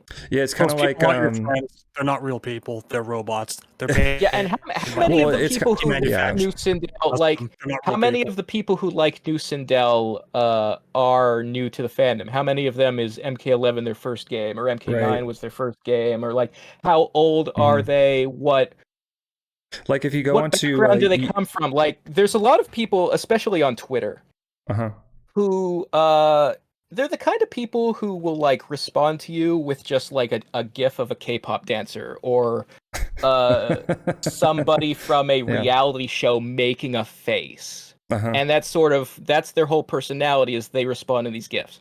And it's like, I don't know that those people are the people you should be like considering the target audience. It's kind of like when you go It's almost the exact same thing, honestly. If you go on Twitter, Facebook, YouTube, anything like that, and then Disney Plus shows off, their new movie or their new, series, like for instance, She-Hulk, that got like some of the worst reviews you could possibly imagine for a show, and or not reviews, I should say Review bombings.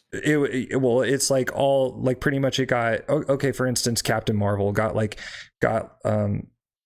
praised by professional critics, but then the actual consumers said that it was a garbage movie. But if you went on like YouTube or Twitter, it's like all the comments that you see underneath the when they post like the trailer for it, all the comments underneath are saying like, oh, this was such a good movie. Oh, I took my girls to go see this movie. It's such an inspiration and all these different things. Right. But then you actually go, but I'm like, okay, like, I hardly even look at the comments anymore because there is no bad comments. There's an advertising term for when you signal boost the positive reactions and you hide the negative reactions, and it's called astroturfing. Okay. And that is what we tend to see with like something that's like majority negative reaction, but for to save face they will hide as much of those as they can. Yeah. And when that doesn't work, that's when you start seeing the dishonest fighting back of like, well, why didn't people like that Ghostbusters reboot with the all-woman cast? And you see people accuse, well, it must be because they're all sexist. It can't possibly be because it just wasn't a funny movie. Yeah, I agree. And I think that's like, I saw Dom Cianciolo astroturfing the Sindel retcon, and therefore I cannot trust him as a person. I wouldn't say even trust him as this is just personally because I've seen him write really good scenes. It's like I would give him MK. I mean, the thing is, I would give him the here. Just one second. I would give him the opportunity of Mortal Kombat 1 to see how well it does. If it does well, it's like, okay, this is good. I agree. I like where you're going with this. Let's keep it going. But it's like, it's like I've seen good writing from him, and you're right. I personally have not seen him astroturfing, as you say, because that's the first time I've ever heard that term before. Like, I understand, it's kind of like I just described what it was, and then you're like, oh, there's a term for that. This is what's called. So yeah, I've seen it, So I have heard him not be able to take criticisms as well as other NRS employees as well, but yeah, like I don't want to sort of paint him in too negative a light. Like, I just feel because I don't think he's a bad writer at all. I just consider him stubborn mostly. That's fair. And the thing is about the writing though is that because MK11 was him and Sean Kittleson, it's impossible to know which dialogue he wrote and which dialogue Sean wrote, and like MK1 is going to be the first game where we ever see Dom all by himself. And maybe because that was the one thing I wanted to. I really wanted to tweet at Ed Boon when Ed Boon said to ask me anything. The question that I really wanted to ask, I've always wanted to ask an NRS developer this. If an NRS developer is listening to this, please comment down below or DM me on Twitter. Is it Ed Boon says, this is what I want from the story, Dominic, go? Or is it, hey, Dom, you got free range?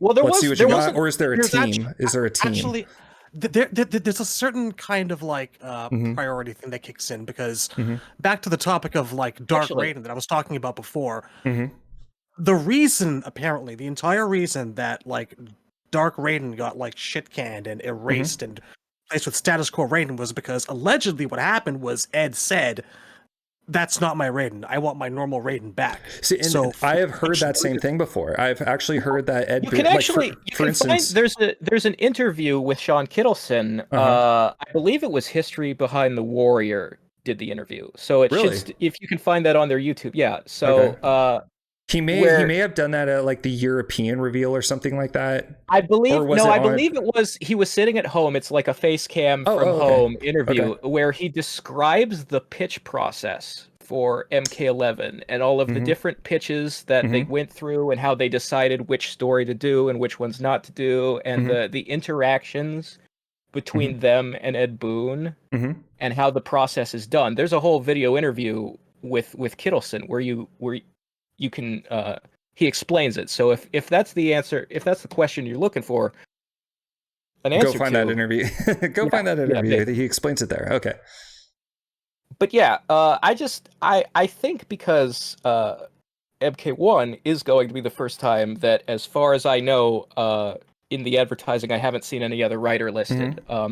This is the first one where Dom's all by himself, and like it is in many respects too early to judge. I have certainly seen some scenes that seem perfectly fine to me, like in terms of dialogue and character interaction. I've also seen like I said, the versus intros still sound like unnecessarily world buildy and untrustworthy in MK12 the same way they did in MK11. Like it's the same style, even though they've reduced it from 3 lines of dialogue down to 2. And I also, another thing that I feel is a bit of a red flag writing wise is I'm not really, in every scene I've seen so far where Bihan starts going on about the status the Lin Kuei should have and arguing with Scorpion and Smoke about how they should take power for themselves and all that kind of thing, I really don't like the way Bihan is being written. His dialogue seems very generic and corny. I'm okay with that. That's just, I'll be honest. That's just how I personally feel about it. But I just think, why should we serve when we can rule? Yeah, I mean, I He don't being know. a bit more of I'm okay with that though. He is being a bit more of like an aggressive asshole than Well, the usual. thing, I'm not against even Bihan more so than he was acting back in Bihan. MK1 Like that is and Yeah. mythologies. that is consistent. That is consistent with his character's personality. I just think the dialogue could be less cheesy. That's all. You know what, though? It feels a little bit Saturday morning cartoon. That's all I'm saying. Yeah. It hasn't really stuck out to me as necessarily all that objectionable. I'll just say personally, but actually, I wanted to bring this up before, but we totally. I think we personally, I think we need to see more of the story before we criticize the I don't dialogue. want to judge too early. I'm just saying, from what we've seen, this is a vibe I'm getting. I'm just right. No, and I understand. That's understandable. I'm trying very, very hard to give everyone involved, even Dom, the benefit of the doubt. As much of all the criticisms about Dom, and as far as Dom goes, the only thing I think I have to say, criticizing him personally, I should say not to be because I don't like to criticize people on a personal level, only on their writing. I don't either.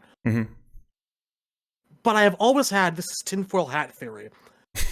I've always had this sneaking suspicion that he's the one who shoves in more Sindel than we need. You know, there is if you go back. What do you mean by that? Yeah. If you go back to MK9 and you look at like the scene where Cyber Sub is being reactivated, there's a little like, you know, a bunch of like statuses and like, you know, logging messages and code that pops up. They're in a place and they identify the cathedral as like being near Saint Dominic's cemetery, which is where Sindel murders all the cast of good guys. I've always kind of wondered, you know, like I'm saying here, conspiracy theory territory. I could see where you're going with this. Go ahead. Did Dom suggest that Sindel murder everyone? Is that what's going? Did Dom suggest and he wanted to name everyone? it, and he wanted to name it that so he could be like, that was my idea. I did that. It was my fucking graveyard. Yeah. That's my idea. I did that. Yeah. What Shad is asking is Dominic the one with the Dommy Mommy fetish? Like sometimes I just think that sometimes, maybe just sometimes, in my most paranoid moments, he shouldn't have the keys to the Sindel car. All I'm saying. not to criticize him as a person, just go home, Tom. You're drunk. But when some people shouldn't be trusted with some characters, it happens all the time in comics. Sometimes like the reason the Star Wars prequels aren't as good as they could have been is because nobody was willing to say no to George, and as a result, he went a little far in a couple of places. But you know what? It's not your. It's very true. And you know what's funny about George Lucas is he openly said like, "Oh, my passion and my true talent is in editing," and everybody's like, "Actually, you're garbage at editing, and your entire editing team is the only reason why Star Wars: A New Hope was as good as it was." Poor broken man. I think you need people in the creative process who are willing to speak up and give constructive criticism and say when element X, Y, or Z it's a little too much here, it's not enough there. You can tweak this, you can make this better. You need editors to produce good writing. You can be a person of incredible creative vision, capability, and talent, but you still need someone to help you focus. And that's something, without going into many band names and straying too far from the territory, I've seen some bands that have had like lead songwriters that have produced incredible work with like the assistance and the input of people behind them who are just, sometimes just session musicians with like an eye for detail. They didn't write this stuff, they didn't create this stuff, they just performed it, but it's the word here or there that they say that helps to refine the vision into something diamond perfect. I'll give another example, like Bruce Timm, creator of Batman the Animated Series, Superman, Justice League Unlimited. They've always sort of like, if you watch interviews or listen to the commentaries on the DVDs for those shows, they're always talking about like how they had to be more creative to get around censorship in a lot of areas. And then when they transitioned from making TV shows to making direct-to-video movies, and they could make them R-rated if they wanted to, Bruce Timm started talking a lot about how freeing it was to be able to do whatever they wanted in terms of sex and violence. Oh boy, here we go. And not hold back. And what you find if you watch all those DVD movies, or at least my opinion, is that they're much worse than the TV shows were. That having someone limit you and force you to work around constraints and get creative produces better writing. I have said the same exact thing about mechanics as well. Like with Mortal Kombat 9, I felt like Mortal Kombat 9 had a lot more freedom and player expression in competitively because it limited you. Because because there is creativity born within limitations. It's like, what can you possibly get away with within the boundaries that are presented to you? So I 100% agree with that. When Brian Chard left the company, he gave an interview with Mortal Kombat Online, where he said one of the reasons he left NetherRealm Studios is because it was a very yes men driven environment. Like, they didn't like to hear criticism. And I don't know if this is within the Chicago office or if this is a Warner Brothers problem. Okay. But it sounded like it was very frustrating for him to work in an environment where you couldn't really, make constructive criticism and say what is and isn't working, and where they really only wanted to hear you just agree with everything and always be positive. And that's a guy who'd been with the series for a very long time. Yeah. So that's always been a thing that I keep in my mind when I think about like the writing quality in the NRS era games, and how like I wonder if there is really a healthy environment for like an editorial staff, or if it's just dumb puts out a script and the first draft is the one they run with and there's very little polishing. Right. Yeah. We'll see. You know what? We'll see. We'll see how it goes, because I agree with you guys, actually. I'm going to switch gears because we've been all like talking about all of our fears and like our speculations about what things are like in the office. It's getting kind of ugly. And more so your guys' I fears. feel- I'm a little bit more optimistic, but you're more optimistic, but you're not jaded and hollowed out on the inside like we are. And it's a beautiful thing. I envy. We're old men, and we've been doing this a long time. I mean, you know what? Like I said, I've been. Go ahead. I want to call attention to something that they really seem to be driving toward, which is something that actually has not happened in a really long time. And I'm actually kind of looking forward to it. And believe it or not, it's a thing that the series is identified with very frequently, but we don't actually get a lot of. Because we seem to really be driving towards an actual honest-to-God Scorpion versus Sub-Zero conflict. Okay. That does not happen as often as people think it might. Like, in the past, you're 15, right. You are right. In the past, 15 or so years, those two have not actually come to blows in the NRS period of time since MK9, which in and of itself was a retelling of, the MK1 through 3 period, as we know. The last time that actually really did happen, aside from that, was MK4. We got, an FMV in the MKX era of them, fighting in that forest, but that was, non-canon. That was advertising material. We actually have not had, a Scorpion versus Sub-Zero conflict in a very long time. And, it's been so long that coming around back to it now seems to me to be actually kind of fresh, and I'm looking forward to seeing it. I don't know. And I think that this is the reason. I think that this is the reason that people are really, really burned out on Kano and Sonya, and why we're happy people that they're are just not burned here out right now because on the whole special forces in general. They're burnt out on gun characters. I will say I am pleased. Peacemaker is the only gun character.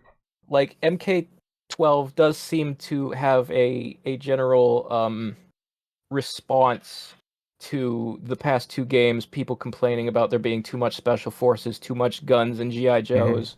And not enough of the Chinese kung fu movie feel. Exactly. There is a lot more Asian martial arts. Because that's what I find that Chinese villages very as refreshing. an environment. It's and, very the refreshing. character costumes. It does look better in that regard.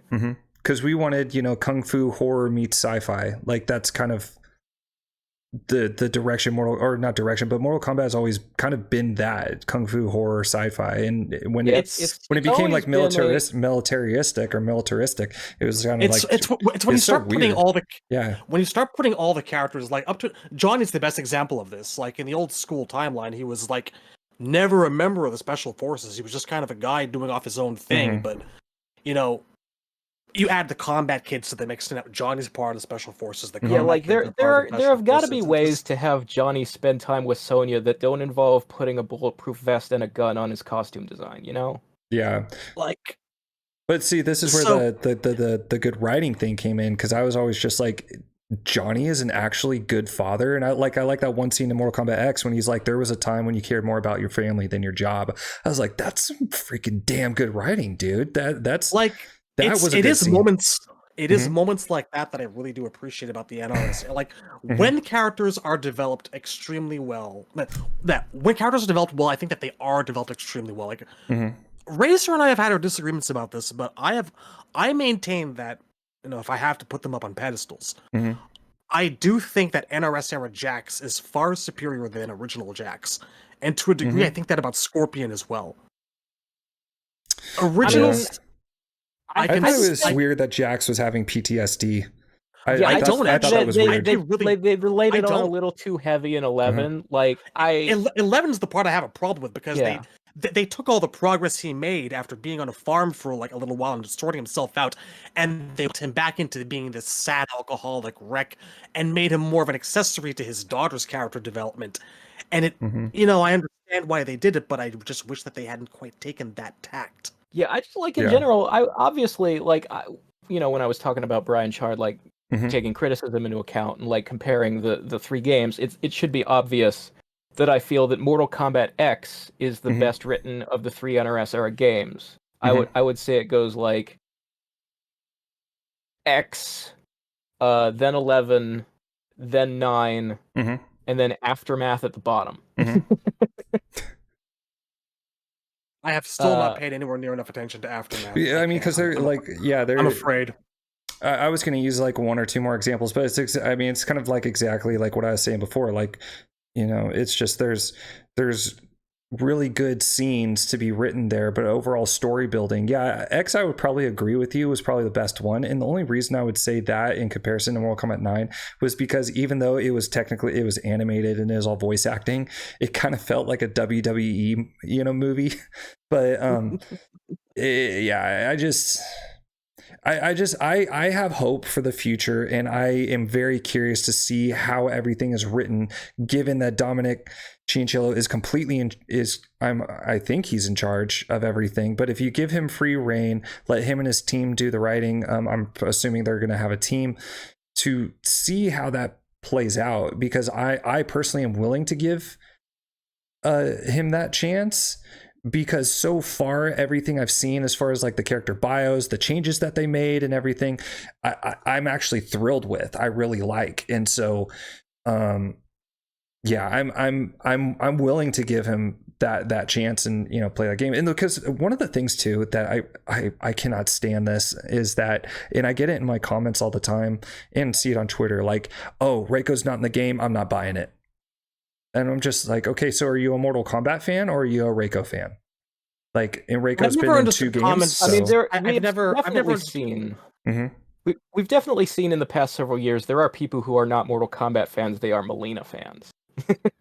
These fan bases, yes, that is these fan bases exist. Like, sometimes I do wonder if I'm, to this day, more of a Smoke fan than I am a fan of the entire franchise. I've wondered, probably not. Yeah. Because I still have the urge to go back and play MK4 now and then. He's not anywhere in there, but like, I get it, but like, I do think that's a bit of a divider. Like, are you actually in this for the entire thing, or are you in this for like a specific person? And I don't know. Being a Smoke fan and seeing him miss more games than he shows up in is kind of, I don't know, I guess weathered me. I am here for the most part for the series, the environment, the atmosphere, and sometimes the plot, sometimes the gameplay. It varies depending on like the weather. But like,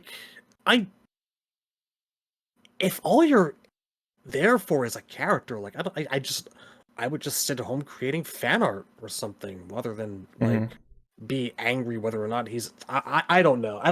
I don't get that entire mentality. Right. I personally don't understand it. I don't understand it either. But so yeah, moving on, I asked you guys at the very beginning, make or break. Did you guys think about it? Oh, I got a few. Okay. I got a few. So start with there. What is going to make this game for you?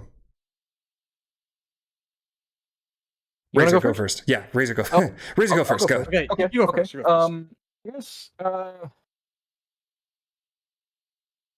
So what I would really need to like be completely won over and positive towards the game is mostly at this point in where I am in my life, I would need just to know that the PC port is going to be quality. Okay. Because I can't afford a PS5. I don't do technology has come to such a point that there's not really a reason to buy a console when everything is going to be on PC anyway. So the only thing that gets in the way of that is when your PC port isn't very good. And as far as I know, 11 was pretty quality. It was. Like, I never heard about any significant bugs or technological hurdles or anything like that. MKX had a bad start. It's good now. Mortal Kombat 11 had a good start as well, it had a good start to the point where even professional players were actually like, I'm playing on PC, but they would go and play on PS5 or PS4 in competition. But a lot of the professionals actually would play it on PC. Yeah, I mean that is the main thing I'm looking for at that point, because if it wasn't that, I would just need to see certain elements of gameplay where you can tell it's significantly smoother and more fluid than MK11 was. Because MK11 felt very, like, a lot of people use the term slow, but I feel like it's more like a staccato thing, where like it's a pacing, and it's like it's not necessarily how fast the punches come out when you're doing a string. The problem is more like how many hits can I do in a string before it gets, I was gonna say broken up because I'm just out of buttons or I have to switch input to a lag juggle. is How long can I juggle can I juggle them for if I have to? because input lag is real. Like I play local. I was playing locals with Street Fighter 6, and it's like I play on PC where there's no input lag, right?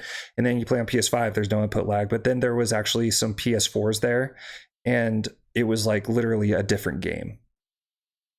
You know, there is like I still have some worry about dash distance. And that's sort of a problem that I've had with the series going way back to MK9. One of the reasons, like my favorite mechanic in X is running, because it lets I like you it too. like really feel like you can move across the screen quickly. I've never super been comfortable dashing as a movement tactic. Like it's certainly good for like canceling into things when you're already close enough and you just want to do moves faster. But if I'm trying to get across the screen against a zoner, it does not feel natural to me to rely on a dash because NRS dashes cover such a short distance across the screen. It always feels more instinctually what my body wants to do is jump. And jumping is traditionally not very safe. It was pretty safe in 11, so I didn't so much have that problem. Mortal Kombat 11, it was very powerful, jump kicks especially, but it seems in Mortal Kombat 1, it's going to be very punishable.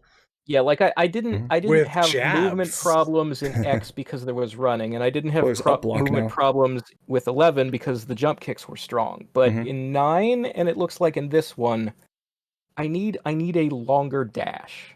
I need it to cover a greater distance. Yeah. Shad? These are the makes. Okay. I need the gameplay to be smooth, quick, responsive. I did find 11 to be extremely, extremely sluggish. That was...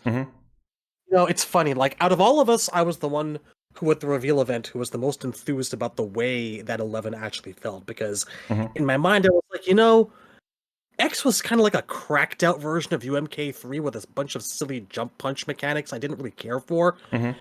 So at the start, 11 felt nice and grounded to me. It felt like a back to basics approach with a touch of modern, but I don't know, as time went on, I just found it more and more frustrating. And especially after I tried going back to 9 a couple of times, I was like, no, not 9 really was what it was all about in terms of movement. Yeah, I think except for the dash distance, I think generally everybody at the Nethercast has always felt that 9 was just the most fun. Most people would agree with you. There's just something about it. It's like butter. I mean, it's certainly not the most balanced. No, not at all.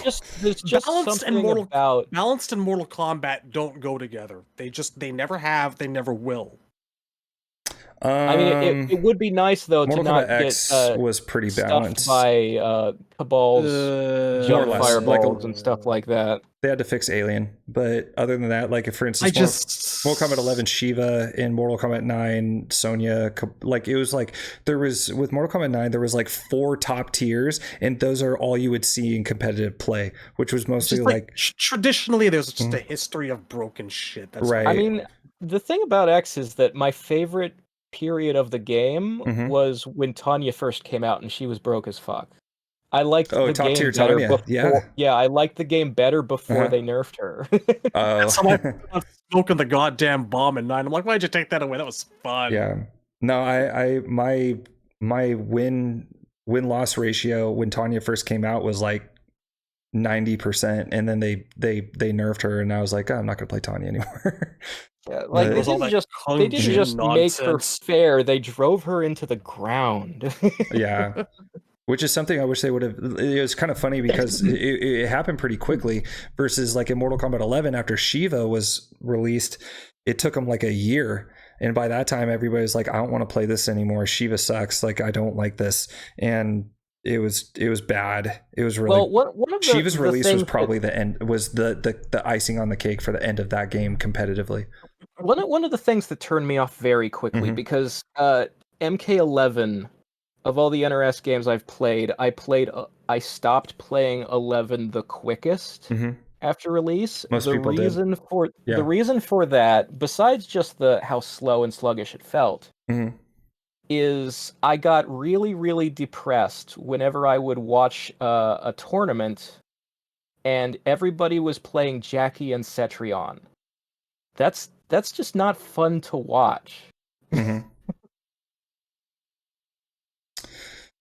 Like neither Yeah. of those characters is what I want to see when I look at a Mortal Kombat game. Mhm. And one of my favorite examples is 2022 Evo.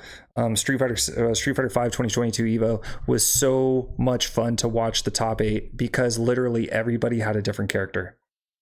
And it was like, Colleen versus Laura. It was Colleen versus Laura was actually the top 2. Then you had Daigo's Guile. Just the Kid was playing Jury. It's like top 8 had literally 8 different characters in there. But yeah, you're right. If you go watch MK11, it's Gyros, Cetrion, and Jackie, and that's all there was. And Yeah, it was yeah, and it's it was not not fun just to the play. It was not variety; fun it's to the fact watch. that I don't like looking at those characters. Like none of Mhm. those really fit the aesthetics of Mortal Kombat for me. Like they all Mhm. felt out of place in the franchise, Mhm. and then you put on top of that they're the top tier and everybody's using them and it's repetitive. Right. I And think another thing that I really need is I need to stop using meter to get moves to work the way they traditionally always have. Oh yeah, even with meter, the Like, I are you Scorpion just talking about Spear like never Sub-Zero's quite. ice? Well, Scorpion Spear, you Scorpion needed meter Spear to is get the a stun example. off it, and Yeah. even then, it still didn't quite look like a classic spear stun. Oh, it is. It Mhm. isn't even about like how it looked. It was just about like at the reveal event. I think I was the only person freaking out about this, and I Mhm. was like, "Is everyone all right with this? Because I'm not okay with this." Like, just the fact that it felt like you needed to start Mhm. seriously abusing your meter to get your characters to act the way you would normally expect them to. Yeah. I think I haven't go I ahead. haven't actually like seen Scorpion's gameplay. Like I didn't get the chance to actually watch the Uh-huh. breakdown of him, but like I don't know if he still requires me to do the stun. I'm really hoping not. I'm pretty sure. I'm Mhm. pretty sure you don't spend meter, and the spear behaves like a classic Mortal Kombat 2 spear. Like Mhm. Good. they stand there dizzy, and Good. you can get an uppercut off if you don't want to do a combo. That's all Yeah. I ask. Because That's Cuz all I I need. feel like if yeah. Reptile had been in MK11, you would need to spend meter for the force ball to pop them up. Oh, I think you would need to spend meter for it to move faster. Yeah. Yeah. Yeah, you know what this kind of reminds me of, and this is because the fighting game community, or the more, I'm sorry, the NRS fighting game community especially, if anyone complains about anything, they're looked as like, they're it's always like that same exact thing, like, stop complaining, what are you complaining about, oh you're this, oh you're that, if you complain about such and such thing.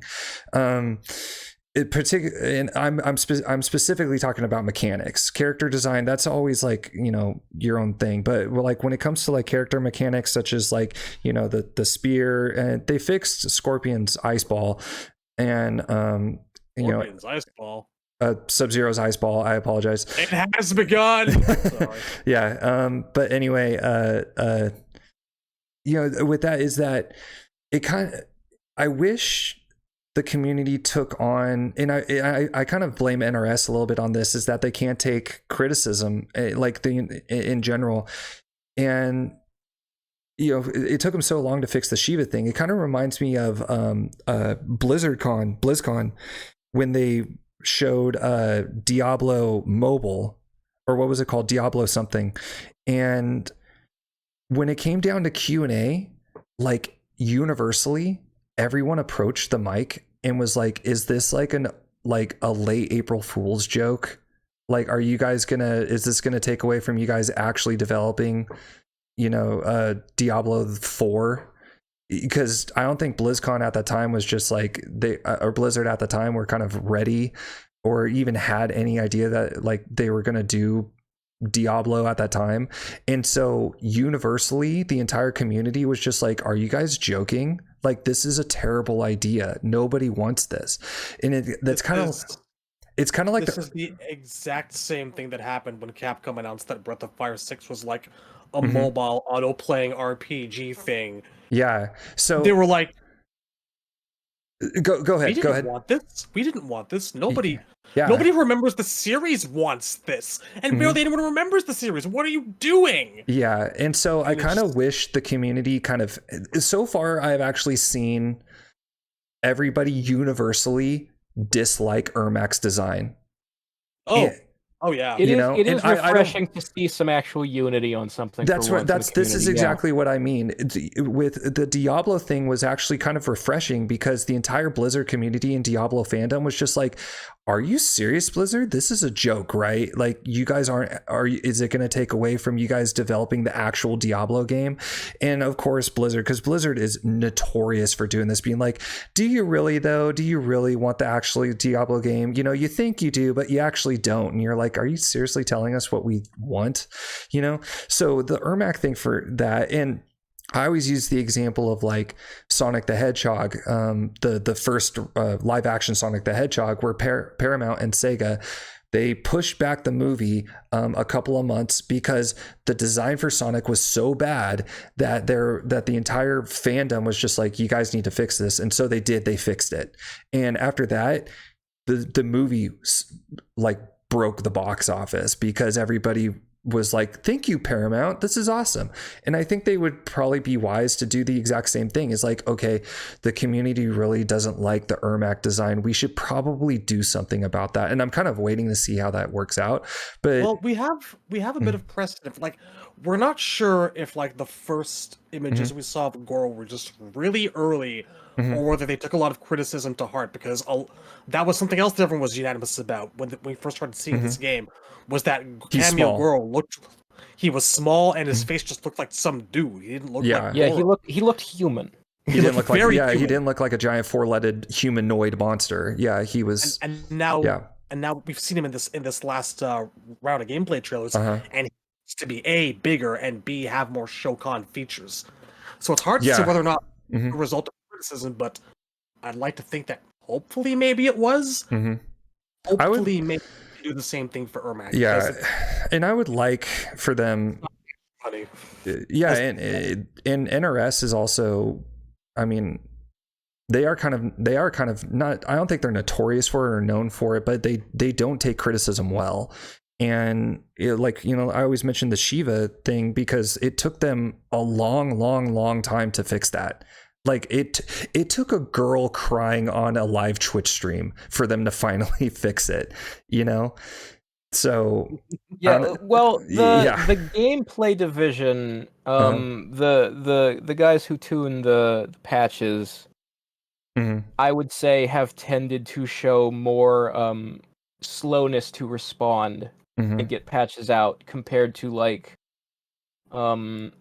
responses in the pre-release period, because we have seen there's been lots of examples in the past of like things being shown early and then changed for the final release. Like going all the way back to 9, there was I saw it a lot in Injustice. In Mortal Kombat 9, they had revealed Scorpion's fatalities, and both of them involved him cutting people into pieces with his swords. And there had been some pushback against that on the message boards. And so by the time of the final game, Scorpion had gotten a new second fatality, the really cool one where he like wraps the spear around their neck like a noose, kicks them into a portal, and then a skeleton comes out of another portal.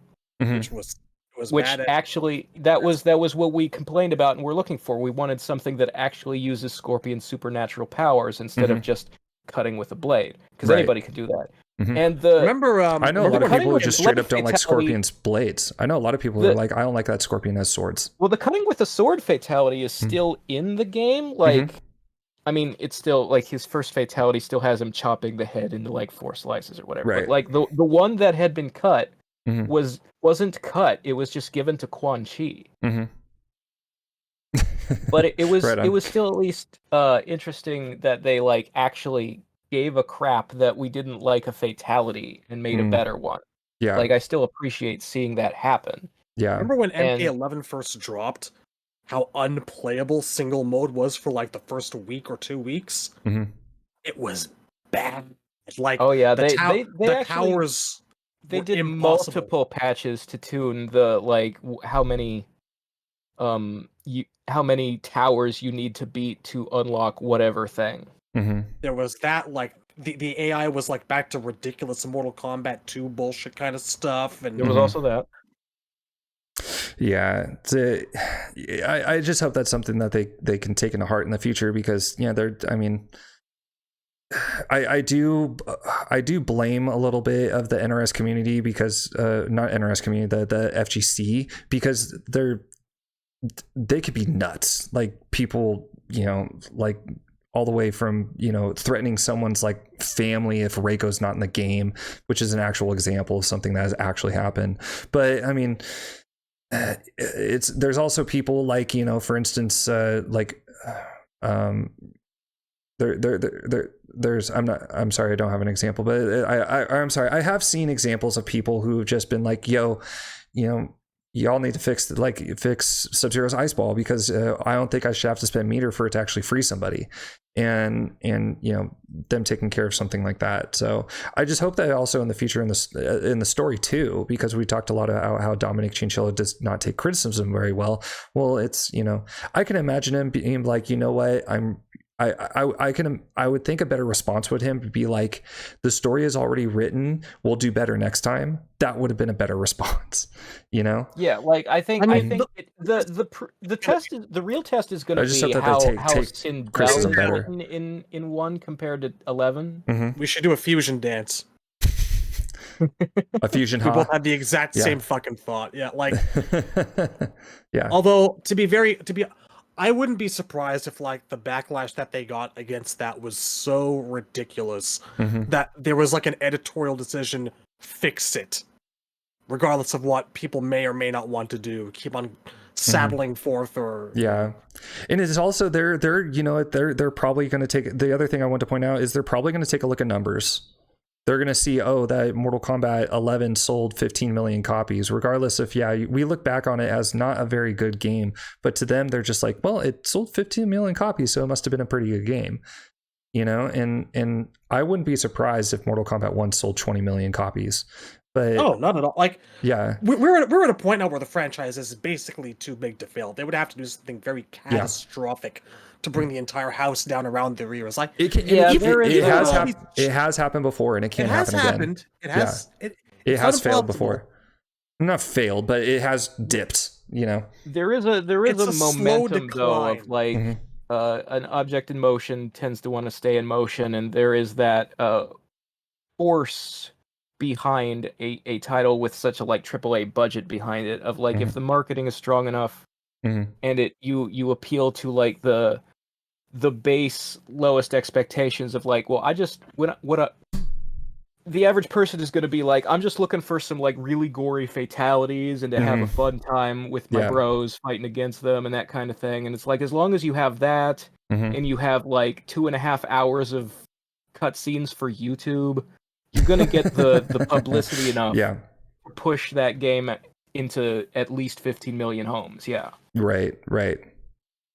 Because it just, as long as it, looks how people expect, that by the time they've bought it and taken it home, it's going to be a little too late for like nitpicks like, oh, I don't like Tanya's face. That's not going to hurt the sales, man. Yeah, not at all. Oh my god, the way all that's being dealt with right now. But let's keep going. Yeah, that is one thing I just don't want to touch on is that particular. It's like it's making me really uncomfortable, and just it's little moments like that. Like, it's about how you deliver the criticism. And it's times like these that remind me, Jesus fucking Christ, I'm 40 years old, I'm still paying attention to Mortal Kombat, and these are children saying like horrible things and talking about tracking down and like mobbing the face model. Like, the face model decided on how Tanya was going to look and play and like act, like they have anything to do with that. You fucking moron children. Get better parents. Sorry. Where's Anyway. where's your mom? Put her on the phone. Like, yeah. Put her on the phone. I need to talk to your mom. Where's your mother? It would be nice. It would be nice if we could have an adult conversation about like the graphics and how that applies to how a face is rendered without it turning into a debate about what race a character is supposed to be. I would, my God. yeah, that's it. No Well, that is way. exactly why I don't want to talk. Well, first off, Tanya gameplay wise just doesn't look like a character I play.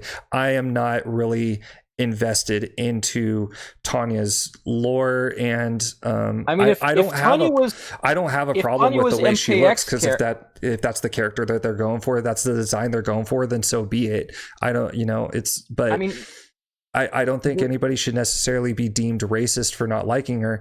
I don't think it's a Tanya problem, because I think Johnny Cage's face looks really weird and rubbery when they do the same. Like, it's because of the camera angle when they do that. Who are you again? Zoom in. Yeah, it's like there's something weird about those like close-up camera angles. It's like fisheye lensing people. It is, or even Kung Lao. The Tanya question is like a Venn diagram of like separate consecutive circles of what the fuck is going on with the moves, the appearance, the backstory.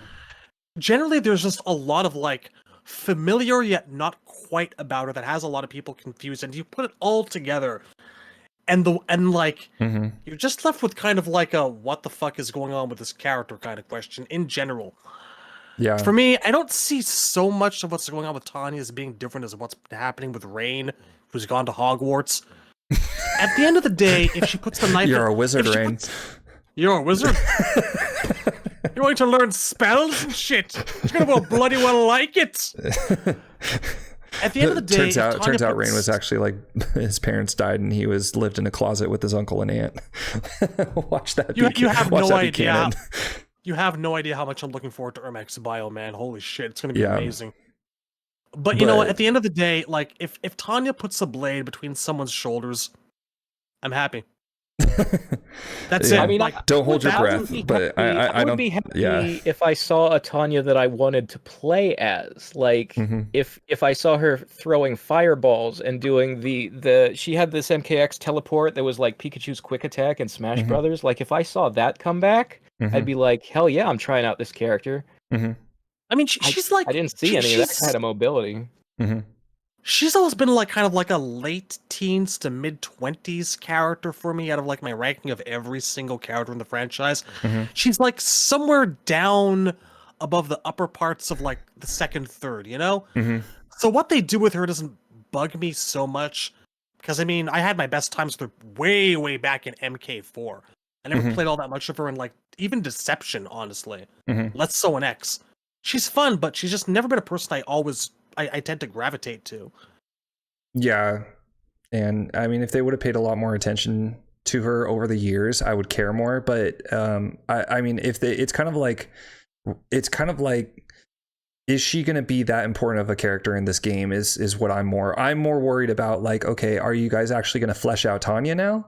And is Tanya going to be the typical traitor that she's been? It's like, I'm more vested in that, you know? So, and also her gameplay and mechanics, because it's very different than anything we have seen before. So it's,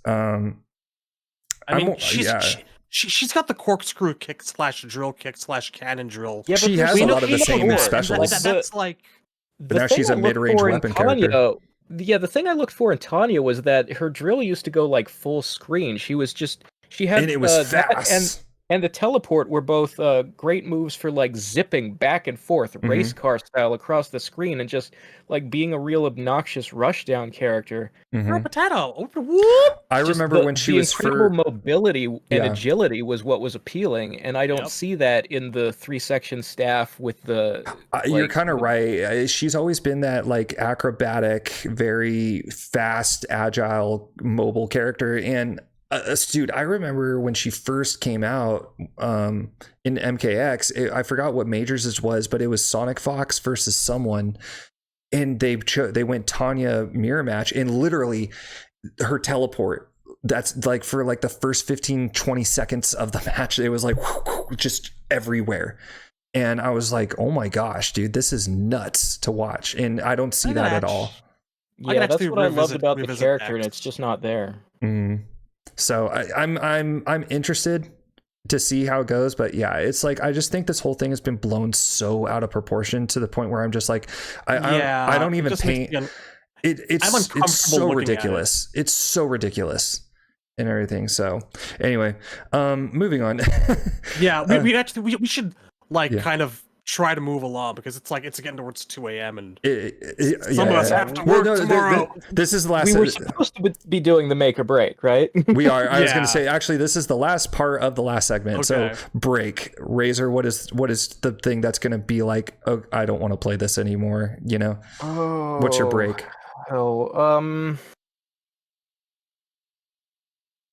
I guess it depends really on like how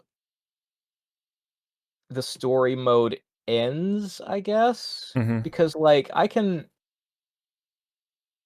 the feeling that I'm left with at the end when I'm done playing, like you can have like 2 hours of I'm really into this and I'm like leaning forward in my seat and I'm following along, and then if the last 30 minutes is like really deflating, that's the impression that I'm going to be left with at the end of the day, is like how the ending made me feel. And that was my problem. I agree with you. I'm a sucker for the ending. I gotta know how it ends. That was my problem with like MK9 when you get to the Sindel massacre. It really takes the wind out of your sails in a lot of ways, and I feel that way about like the way the animated movie Snowblind ended, where like they reveal that Kano, like the reason the world is a zombie apocalypse is because Kano has Chronika's hourglass, and then after they beat Kano, they don't use the hourglass. Thanks for spoiling it. I haven't even watched it yet. Oh Jesus, dude! It's okay. I mean, it's been like a year now. Come on. Yeah, it's been out a while. You know what? I'll watch it tonight. I will watch it tonight. I promise you, and I'll come back. I'll go back to Razor's Lore Dojo, and I will tell you what I think. I will not say anything more. All I will say is that the movie ends on a down note. Like it's a bad ending. I don't like that. I like the good endings. It's not a low quality ending. When I say bad ending, I mean it's an ending where bad things happen and it's not a happy ending. I don't think it's as bad as you're making. I don't think it's as bad as you're making it out to be. I think that I heard this in another cast where Shad was like, actually, it's not that bad, Temp. And then Razor was like, it is that bad, Temp. I think it's the most dire and depressing ending I've seen in a Mortal Kombat thing. And let's not forget that Annihilation did exist. Conquest ended on a cliffhanger while all the good guys were dead. I think that was. I think this is more depressing than ending the show with a cliffhanger where all the good guys are dead. I think that this leaves us with more of a ray of hope than Conquest did. I completely disagree. Anyway, watch and decide for yourself and enjoy the Jarek because it's awesome. There is a Jarek cameo. I heard there's Jarek and Tremor is in it. Tremor's a big part of it. He's like the sub-boss of the whole movie. See, I always like Tremor. Tremor is like literally a huge part of it, and literally huge. Because if I was an Avatar, or I'm sorry, if I was in the Avatar universe, I'd be an Earthbender. So I'm looking forward to Earthbending. If I was in the Avatar universe, I'd be all like Hotman. Hotman. Flameo Hotman. Love that shit. Flameo Hotman. Yeah. That might be a curse. We're not sure. Yeah. He said it was a greeting 100 years ago. Anyway, what's your Shad? You did not Razor answer the break. So what's your break? Okay. Should I guess? Well, first off, let me just say that if it turns out at the last minute that MK1 is hold back to block, not only do I return Not only do I return the game to my GameStop, set the GameStop on fire, come back, quit the Nethercast, walk off, and like die alone in the woods. Are you afraid of Kenshi's spirit?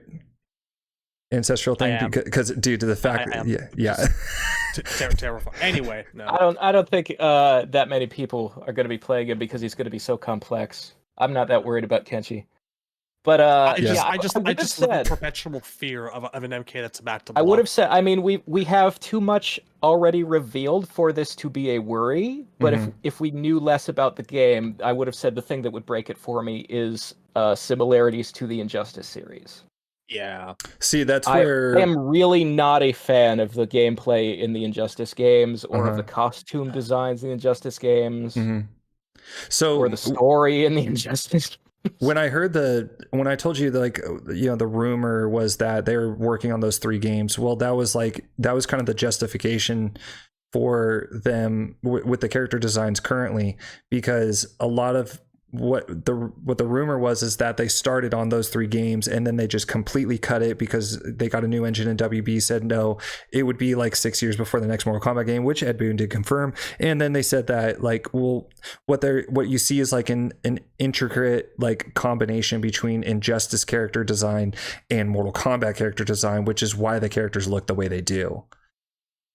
Which I honestly kind of buy into that, because I can see it. I can actually see I mean, the I Injustice certainly influence. I have seen Injustice influence in the costumes since 11, and I've certainly not been happy about it. And it's the same reason, like, I look at a design like Kitana and I say this looks like AI art, and it's because, like, all of those zigzaggy silver lines and seams on, like, the flap around her waist and the jewelry around her neck and all that kind of thing, those remind me a lot of the gear that you would unlock for characters in Injustice 2. Like, And that's how scary. it all That had part scares me.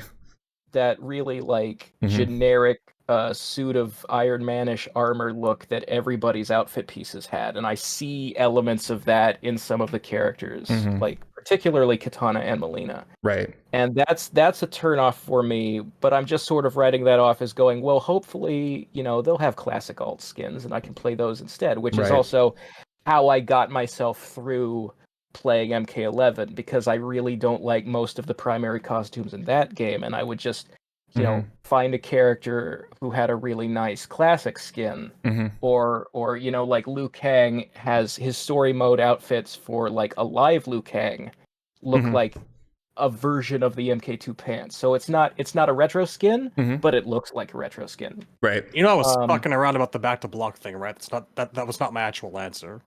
Oh, okay. But what yeah, is your like go ahead and finish, Razor. Go ahead. Yeah, the thing about, like, when I say, like, Injustice elements that would have turned me off from the game, I'm specifically talking about certain gameplay mechanics, because I would never expect an MK game to have back to block. I just don't think they'll ever do that. Which I'm thankful I don't think for, they ever will. MK has its own flavor, and that's what Mortal Kombat is known about. for its block button. Sometimes I wonder. But there are things that Injustice does, like the dedicated, like, pop-up button. Like the fact that instead of just having 4 face attacks, it has, like, a strong attack, a weak attack, a pop-up attack, and, like, a special move button. If they did something like that, it would feel more stiff and awkward to play. I've never really liked that. One thing that I wasn't super a fan of that X and 11 took from Injustice was interactable attacks in the stages, like, and it looks like 12 doesn't have any of those, so I am pleased about that. Oh, okay. Yeah, no, I agree. Yeah, and just, I like, think they got rid of interactables. Yeah, the less influence from the Injustice games, the better I feel, because I've always felt the Injustice games play really awkward and uncomfortable for me. All right. Oh, so what was your actual break? My Shad? actual break is I think that one of, like, my biggest problems with the way storytelling went in 9 and 11. And again, one of the reasons I think I hold X in such high regard, as it has an absence of this, is what I would call the gotcha moment. Okay. You know when you can hear that dun dun dun sting? You know? The tournament never actually prevented invasions. Dun dun dun. Sindel was always evil. Dun dun dun. You know? Yeah. And I find it I think that's the thing that emphasizes really shitty writing, like underlines really shitty writing to me. Is that it's the epitome of the M. Night Shyamalan what a twist joke, but Yeah. played completely seriously.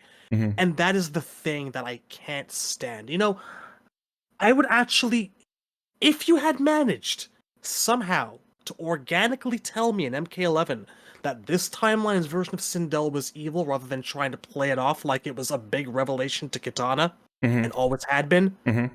I think it actually might have gone down much smoother. Maybe if she knew her mother was always a mega bitch, you know? But no, they had to play it so that it's as much of a punch to Kitana's gut as it is to yours. Mhm. It's that the zoom in on the focus of the gasp in horror. Everything you thought you knew was wrong. Mhm. It's bad. Yeah, I think that's a symptom of Ed's love of surprises and newness. Uh, it's sort of like he's not able to use hiding characters and having them be unlockable as his outlet for his need to surprise people anymore. So Mhm. he's sort of doing it through the story instead, and it's not. I find shock value Mhm. to be a very, very cheap storytelling device because it only works once. Once you've like when you rewatch the movie or replay the game or Mhm. the second time, the impact is gone because Right. you already know what the twist is. So it's Right. like a good story is good forever, but a Mhm. shocking twist is only a shocking twist one time. So if you rest your entire That's a good story point, and I've on the never thought of that. twist, I've never thought of it like that. You're yeah. very correct on that. Yeah, like a shocking twist is only good once. Yeah, like, Mhm. so if you take a movie that has a shocking twist but is still really good, even Mhm. if you know the twist, like Fight Club, you can watch that movie a dozen times and it never gets old, even though you already know the ending. Yeah, and You there's can't, also but the thing about Fight Club is they throw in things in there because spoiler alert, you know for a fact that Tyler Durden, or I'm sorry, Edward Norton is Tyler Durden, and the fact that Brad Pitt's character actually does not exist. So yeah. it's like, but when you watch it over and over again, you find things. Yeah, You, that is the neat thing. Like, yeah. because Fight Club is a very clever movie, you Mhm. actually notice stuff when you rewatch it that you When it didn't pick lends up on the itself first to time. it Yeah. feels earned. The reveal feels NRS earned. Mhm. NRS games are not written like a clever mystery. No, they're a big. An NRS is a kung fu horror adventure. You know. I would best compare, like, I think the NRS titles have the most in common. They feel like a cross between a schlocky horror film like Texas Chainsaw Massacre Mhm. and Michael Bay. That's the vibe I get from like the writing of the NRS era Mhm. games. Yeah, and Hurt my soul with that comment.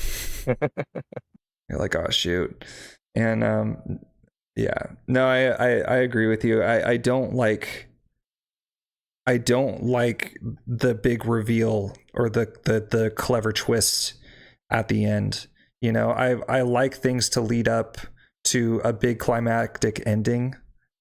You know, and that's why, like I said, my one of my favorite stories is Lord of the Rings, because there isn't a lot of big clever twists in there. There's a lot of, you know, like adversity, you know, overcoming obstacles, overcoming yourself and stuff like that. And, you know, like the big moment at the end is when, like, you know, Aragorn finally takes up the mantle of being the king, or, uh just stuff like that. You know, it's like I like build ups to big moments rather than all of a sudden at the very end there's like this big twist, and, you know, turns out that Katana is actually like the evil one or something like that. Like, I don't want that. So I agree with you on that one. Yeah. I So like there's obviously there's a way to have like a twist, but mhm. for it to feel like natural and earned, there has to be some kind of sense that the twist makes sense within the Mhm. universe. And Another it's like Go ahead. An example I would give is like one of the problems with revealing that Sindel has always been evil in MK11 Mm-hmm. is because, well, now you ask, okay, so Kitana was raised by Shao Kahn and Sindel. So was Sindel keeping her true nature a secret Kitana's entire childhood before she died? Mm-hmm. Or was she acting like herself? Mm-hmm. And if she was acting like herself, then how come Kitana grew up to be good? Where did she get that influence from? Yeah. Because she was raised by two evil people. Yeah. That's And very... the other thing is, MK9 told us that the reason Shao Kahn was able to invade is because Sindel had put up a force field around Earthrealm and killed herself to cast that spell. So when Quan Chi resurrected her, Or it wasn't took it... down the force field. But if Mhm. Sindel was evil all along, and she is the same Sindel from MK9, then who put up the force field? And why did Mhm. resurrecting her take it down? Yeah. Like, it no This longer is- makes any sense. I just retcons on top of retcons, and they all involve Sindel, and someone needs the keys to the car taken away, and my brain is leaking out of my ears the longer we talk about it. So, I never answered my actual, like, my make is character. I'm sorry, I never actually answered my make or break, but my make, and it changes actually consistently over time too, because my make, for a long time was roster, but I'm liking the roster thus far. But now it's actually just, as more and more characters come out, is like, because I'm more of a I'm 50-50 lore and gameplay guy. I play competitively, but I really care about the lore, and the lore does actually play a part in the characters I choose to play. But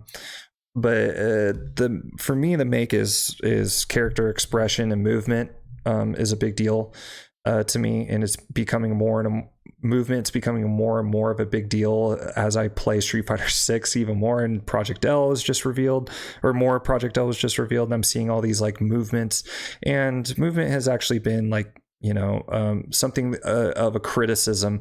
Another thing that has universally been criticized that I think NRS is probably going to address before the release of the game, but character archetypes is a big deal to me. So when I say character expression, I don't just want rushdowns and zoners. I want, you know, puppet characters, grapplers, and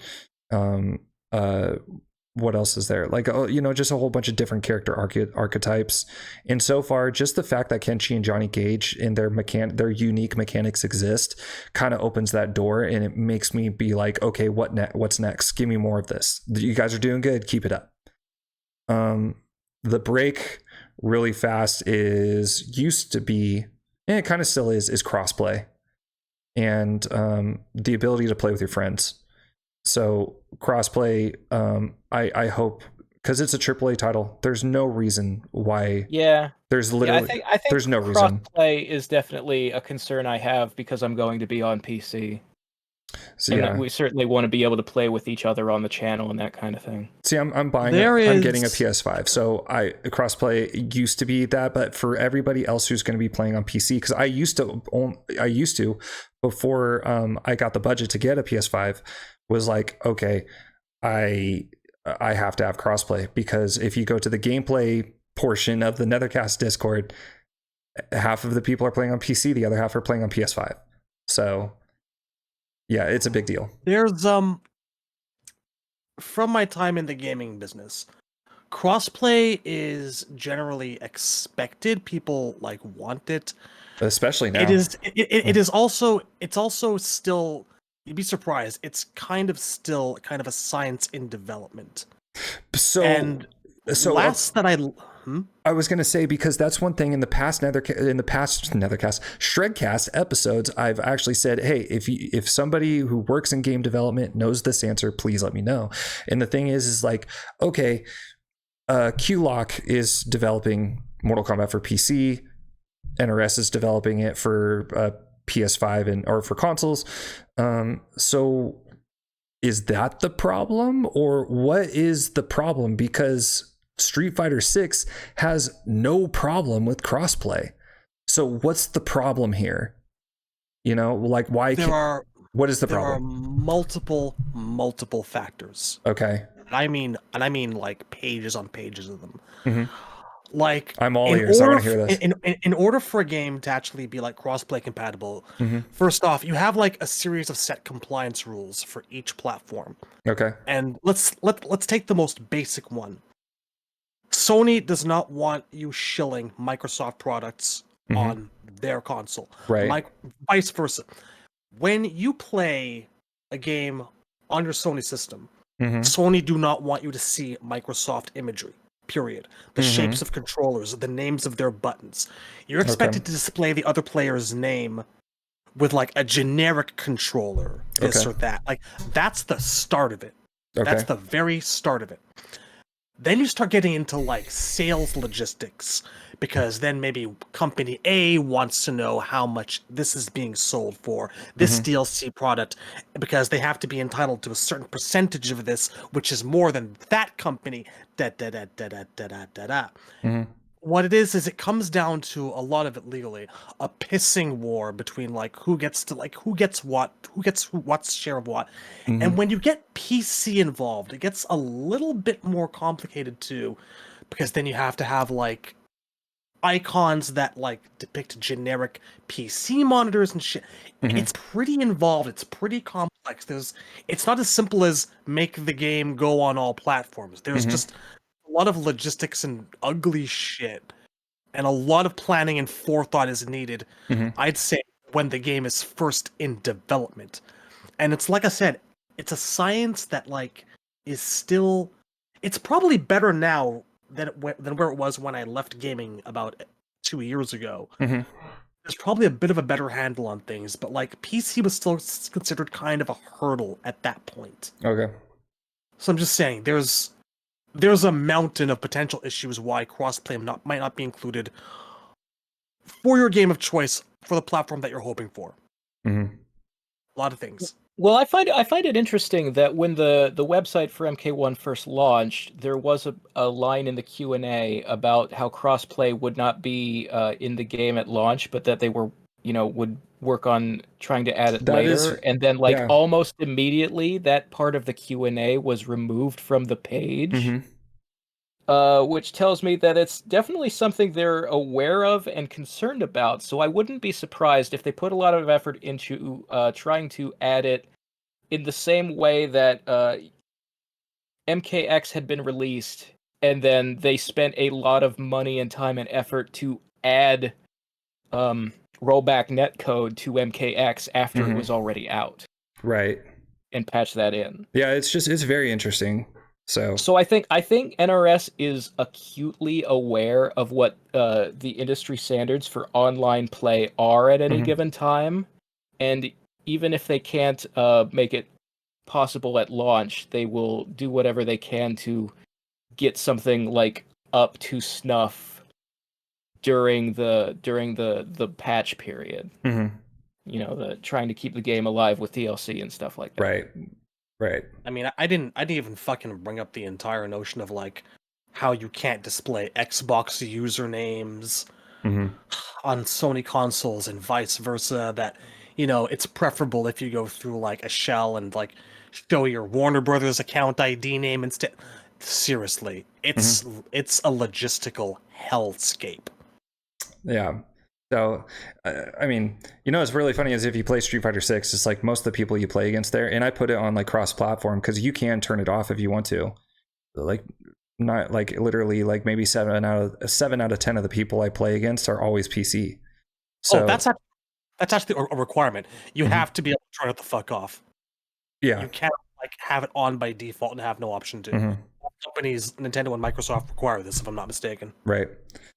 Well, that's interesting. Yeah, it's like I would like to learn even more so, like about it. Like, what are the hoops that they have to jump through, and why? Like, why is this just not industry standard? This should just be industry standard. But They're yeah, trying to do it. They are working toward it. I promise you that. It's just mhm. it's a series of companies that don't talk to each other, trying to figure out how to operate together when they typically don't. Got it. What it boils down to. Right on. Well, yeah. Is there any final thoughts before we log off? I did want to say something about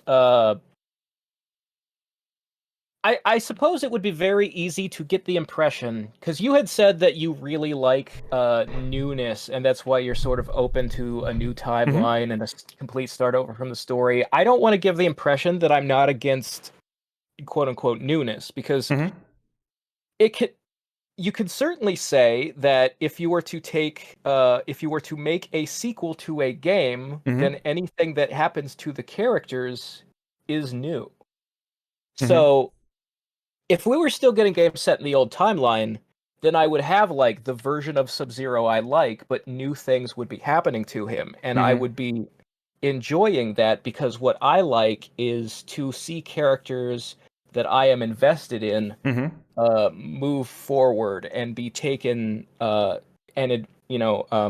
developed, and to have like, it's more interesting when things happen to a character if that character has a history, because then like there's a sense of, like, when I read a Batman comic, if Batman has not been rebooted recently, and DC does reboot all the goddamn time, but if you're taking like the Batman of the quote unquote post-crisis era, the same Batman who you see in Year One and Long Halloween and Dark Victory, and you follow that same Batman all the way up until like, well, now he's 45 years old and he's just found out he has a son named Damian. This is the same Batman who was in Year One. So I have watched this one guy. I have followed his life story from when he was a young man until the point where he's like middle-aged and he finds out he has a kid. And that is a more rewarding experience because it's all the same guy, and I've followed that story from beginning to end. And I find that more interesting than if you throw that all away and show me a different version of Year One, and it's like, I guess I have to start over from the beginning giving a fuck about Batman. Yeah. Shad? I suppose, I'm trying to be as open-minded as I possibly can, but I get where Razor's coming from. But at the same time, I do tend to sometimes see their point of view, and I think that, the thing that everyone's freaking out about now is like Kuai Liang being Scorpion, and which is confirmed. The thing that which is confirmed, and sometimes I ask myself, like, put yourself in their shoes. Where do you take Kuai Liang now? Like, if you don't want to tell the original story, or if you feel like you've been, like, shoehorned into retelling the original story when you tried to do something different, like the robot shtick, which, was ill-advised, didn't work out. I don't know how they expected it to, but sometimes I feel like when all's said and done, in certain instances, sometimes when you're at the top, like Kuai Liang was, and he was like single-handedly the most well-developed, well-fleshed-out character in all of Mortal Kombat, there's nowhere else to go but down or sideways. So they went sideways, and I don't blame them for that, because it's better than trying to like turn him into a robot, or if you're not gonna tell like the same story over again, which they plainly have no intention of doing. Sure, just transplant him somewhere else and see what sticks. It's a risky maneuver, but I can't say that I completely disagree with why I think they may have done it. I wish it maybe didn't have to be this way. If it had been me, maybe I would have just had Bihan be the sole brother. I don't know. It's hard to say what's. It's too early. I have to see where they go with things. I am giving this a chance.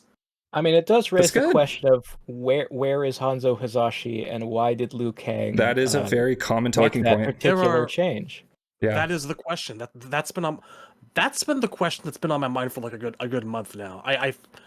If I was Liu Kang and I was trying to make the perfect world, I would put Hanzo Hasashi so far away from violence and conflict, and I have him be living a peaceful life with his family somewhere. Okay, but how come he gets the happy ending, but other people don't? because he Like, had the how do you rage. decide whose life you fuck up and whose life you try to make a paradise? See, this is where I say that we conflate Liu Kang being a god as if being like a Western Christian god, because we think like, okay, he's the god, this is his universe, he created this universe, and he's this omnipresent, omnipotent god, and that is not the case. I think that I think there are just some things that most things actually that Liu Kang cannot control, and that is one of them being Shang Tsung existing. I think that history. I mean, there are certainly things that are obviously not Liu Kang's choice. Like, I don't think Bi-Han being an asshole is what Liu Kang would have wanted. But I don't think, he obviously couldn't control that. But there are other things that it's obvious, like, he's trying to create a more peaceful world. So, for example, the Mediterranean cult that can beat up gods does not exist, and Johnny Cage does not have green powers. Right. And it's like, I get why you would take them out, but you are kind of stiffing Johnny out of his ability to achieve things. But Rain got to go to Hogwarts. Yeah. So we'll see. And you know what? All set. Like, I mean, I am in a place right now where I don't have much to complain about in terms of roster, at the very least. I have Smoke. I have Reiko. I have a cameo Horsey. I've gotten like 95% of the shit that I've wanted for a long time. Yeah. And without going into detail, it looks like I'm probably going to get 100 of it. We'll see. And yeah, that's a good segue into my into my final thought, which is we'll see, because like I said, I'm a lot more optimistic about it, and I think that going forward, it's like I've been hearing this a lot in comments and Twitter and stuff like that, that they're like, okay, like I hear this one all the time. They're like, I think Hanzo is Takeda. And I was like, no, it's Takeda. It says it right there. He's Takeda. They put out a press release. Like, it didn't say when they put out the trailer, but I've seen a press release where it's specifically Takeda Takahashi. Yeah, exactly. That's what I'm saying. And it says, even so, it just says Takeda on the trailer. So it's like, you got to think, maybe Hanzo is in the game. Maybe Hanzo is Noob, and maybe Noob is not a Wraith or Revenant. Maybe he's Reptile. Maybe he's Chameleon with the C. Like, maybe Hanzo is a completely different character altogether. This is an entire, like, people conflate what has happened in the old timeline with what is going to happen in the new timeline, which is why I personally think, for instance, I don't think Bi-Han is going to die. In fact, I don't want him to. So go ahead. Oh boy, we're gonna be here for another half an hour. So I mean, this is my final thought. This is my final. I gotta go to bed, dude. If Bi-Han doesn't die, I don't have a problem with it. I have a problem with it when people wish that they could see, like, Bi-Han either come back from being Noob Saibot or not have died in a timeline that looks more traditional. Right. If it happens in this timeline, this is such a wacky and different world that it doesn't actually bother me if they do something like that. I will say, I hope Bi-Han dies, because he seems like he deserves to die, because he's a real dick. I'm expecting, because that's our Bi-Han. Because everybody's expecting that, and that's the thing. It's not because of a twist or anything like that. It's because I don't think he's going to, because he did in the past. And if he dies, who's Sub-Zero? Yeah, I mean, I get that aspect of it. I'm just saying, like, I am more satisfied when a bad guy gets comeuppance, and he definitely seems like a bad guy. Yeah, but no, I just my attitude is that, like, there are people who will defend anything that a new story does using the buzzword phrase "change is good." Yeah, and that's not to say that I believe change is not good. Change just is.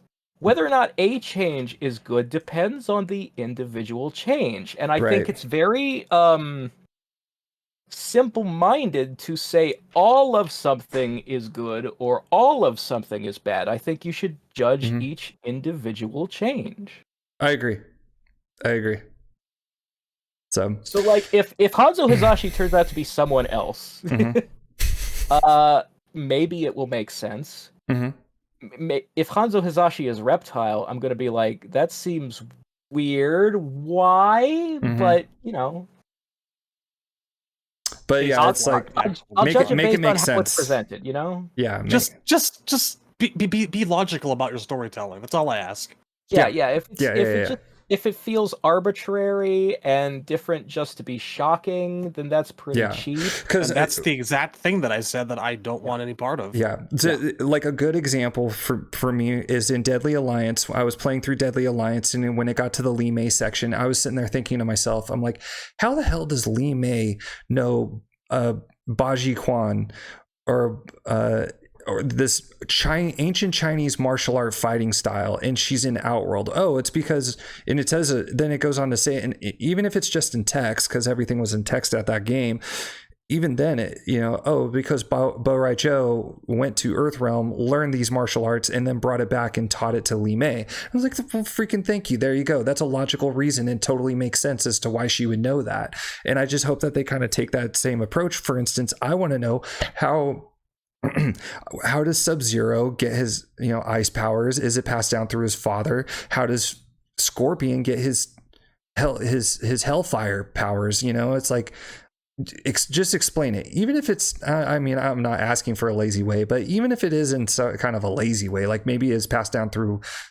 his mom or something like that, but just explain, make it make sense. All I'm asking. Yeah. So anyway, thank you guys so much for coming on the show. I really appreciate it. This was a lot of fun. And audience, make sure you check out, subscribe, check out the Nethercast. Make sure to watch all their videos. Check out what do we got in there? You got the Lost Warrior Shrine. I haven't seen a lot of Warrior Shrine as of late, but the Lost, which is Razor and Shad's specific portion of the Nethercast, where they go dive deep into specific characters and lore points. And yeah, thanks again for watching, and until next time, shred out. See you later, nerd. Have a nice day.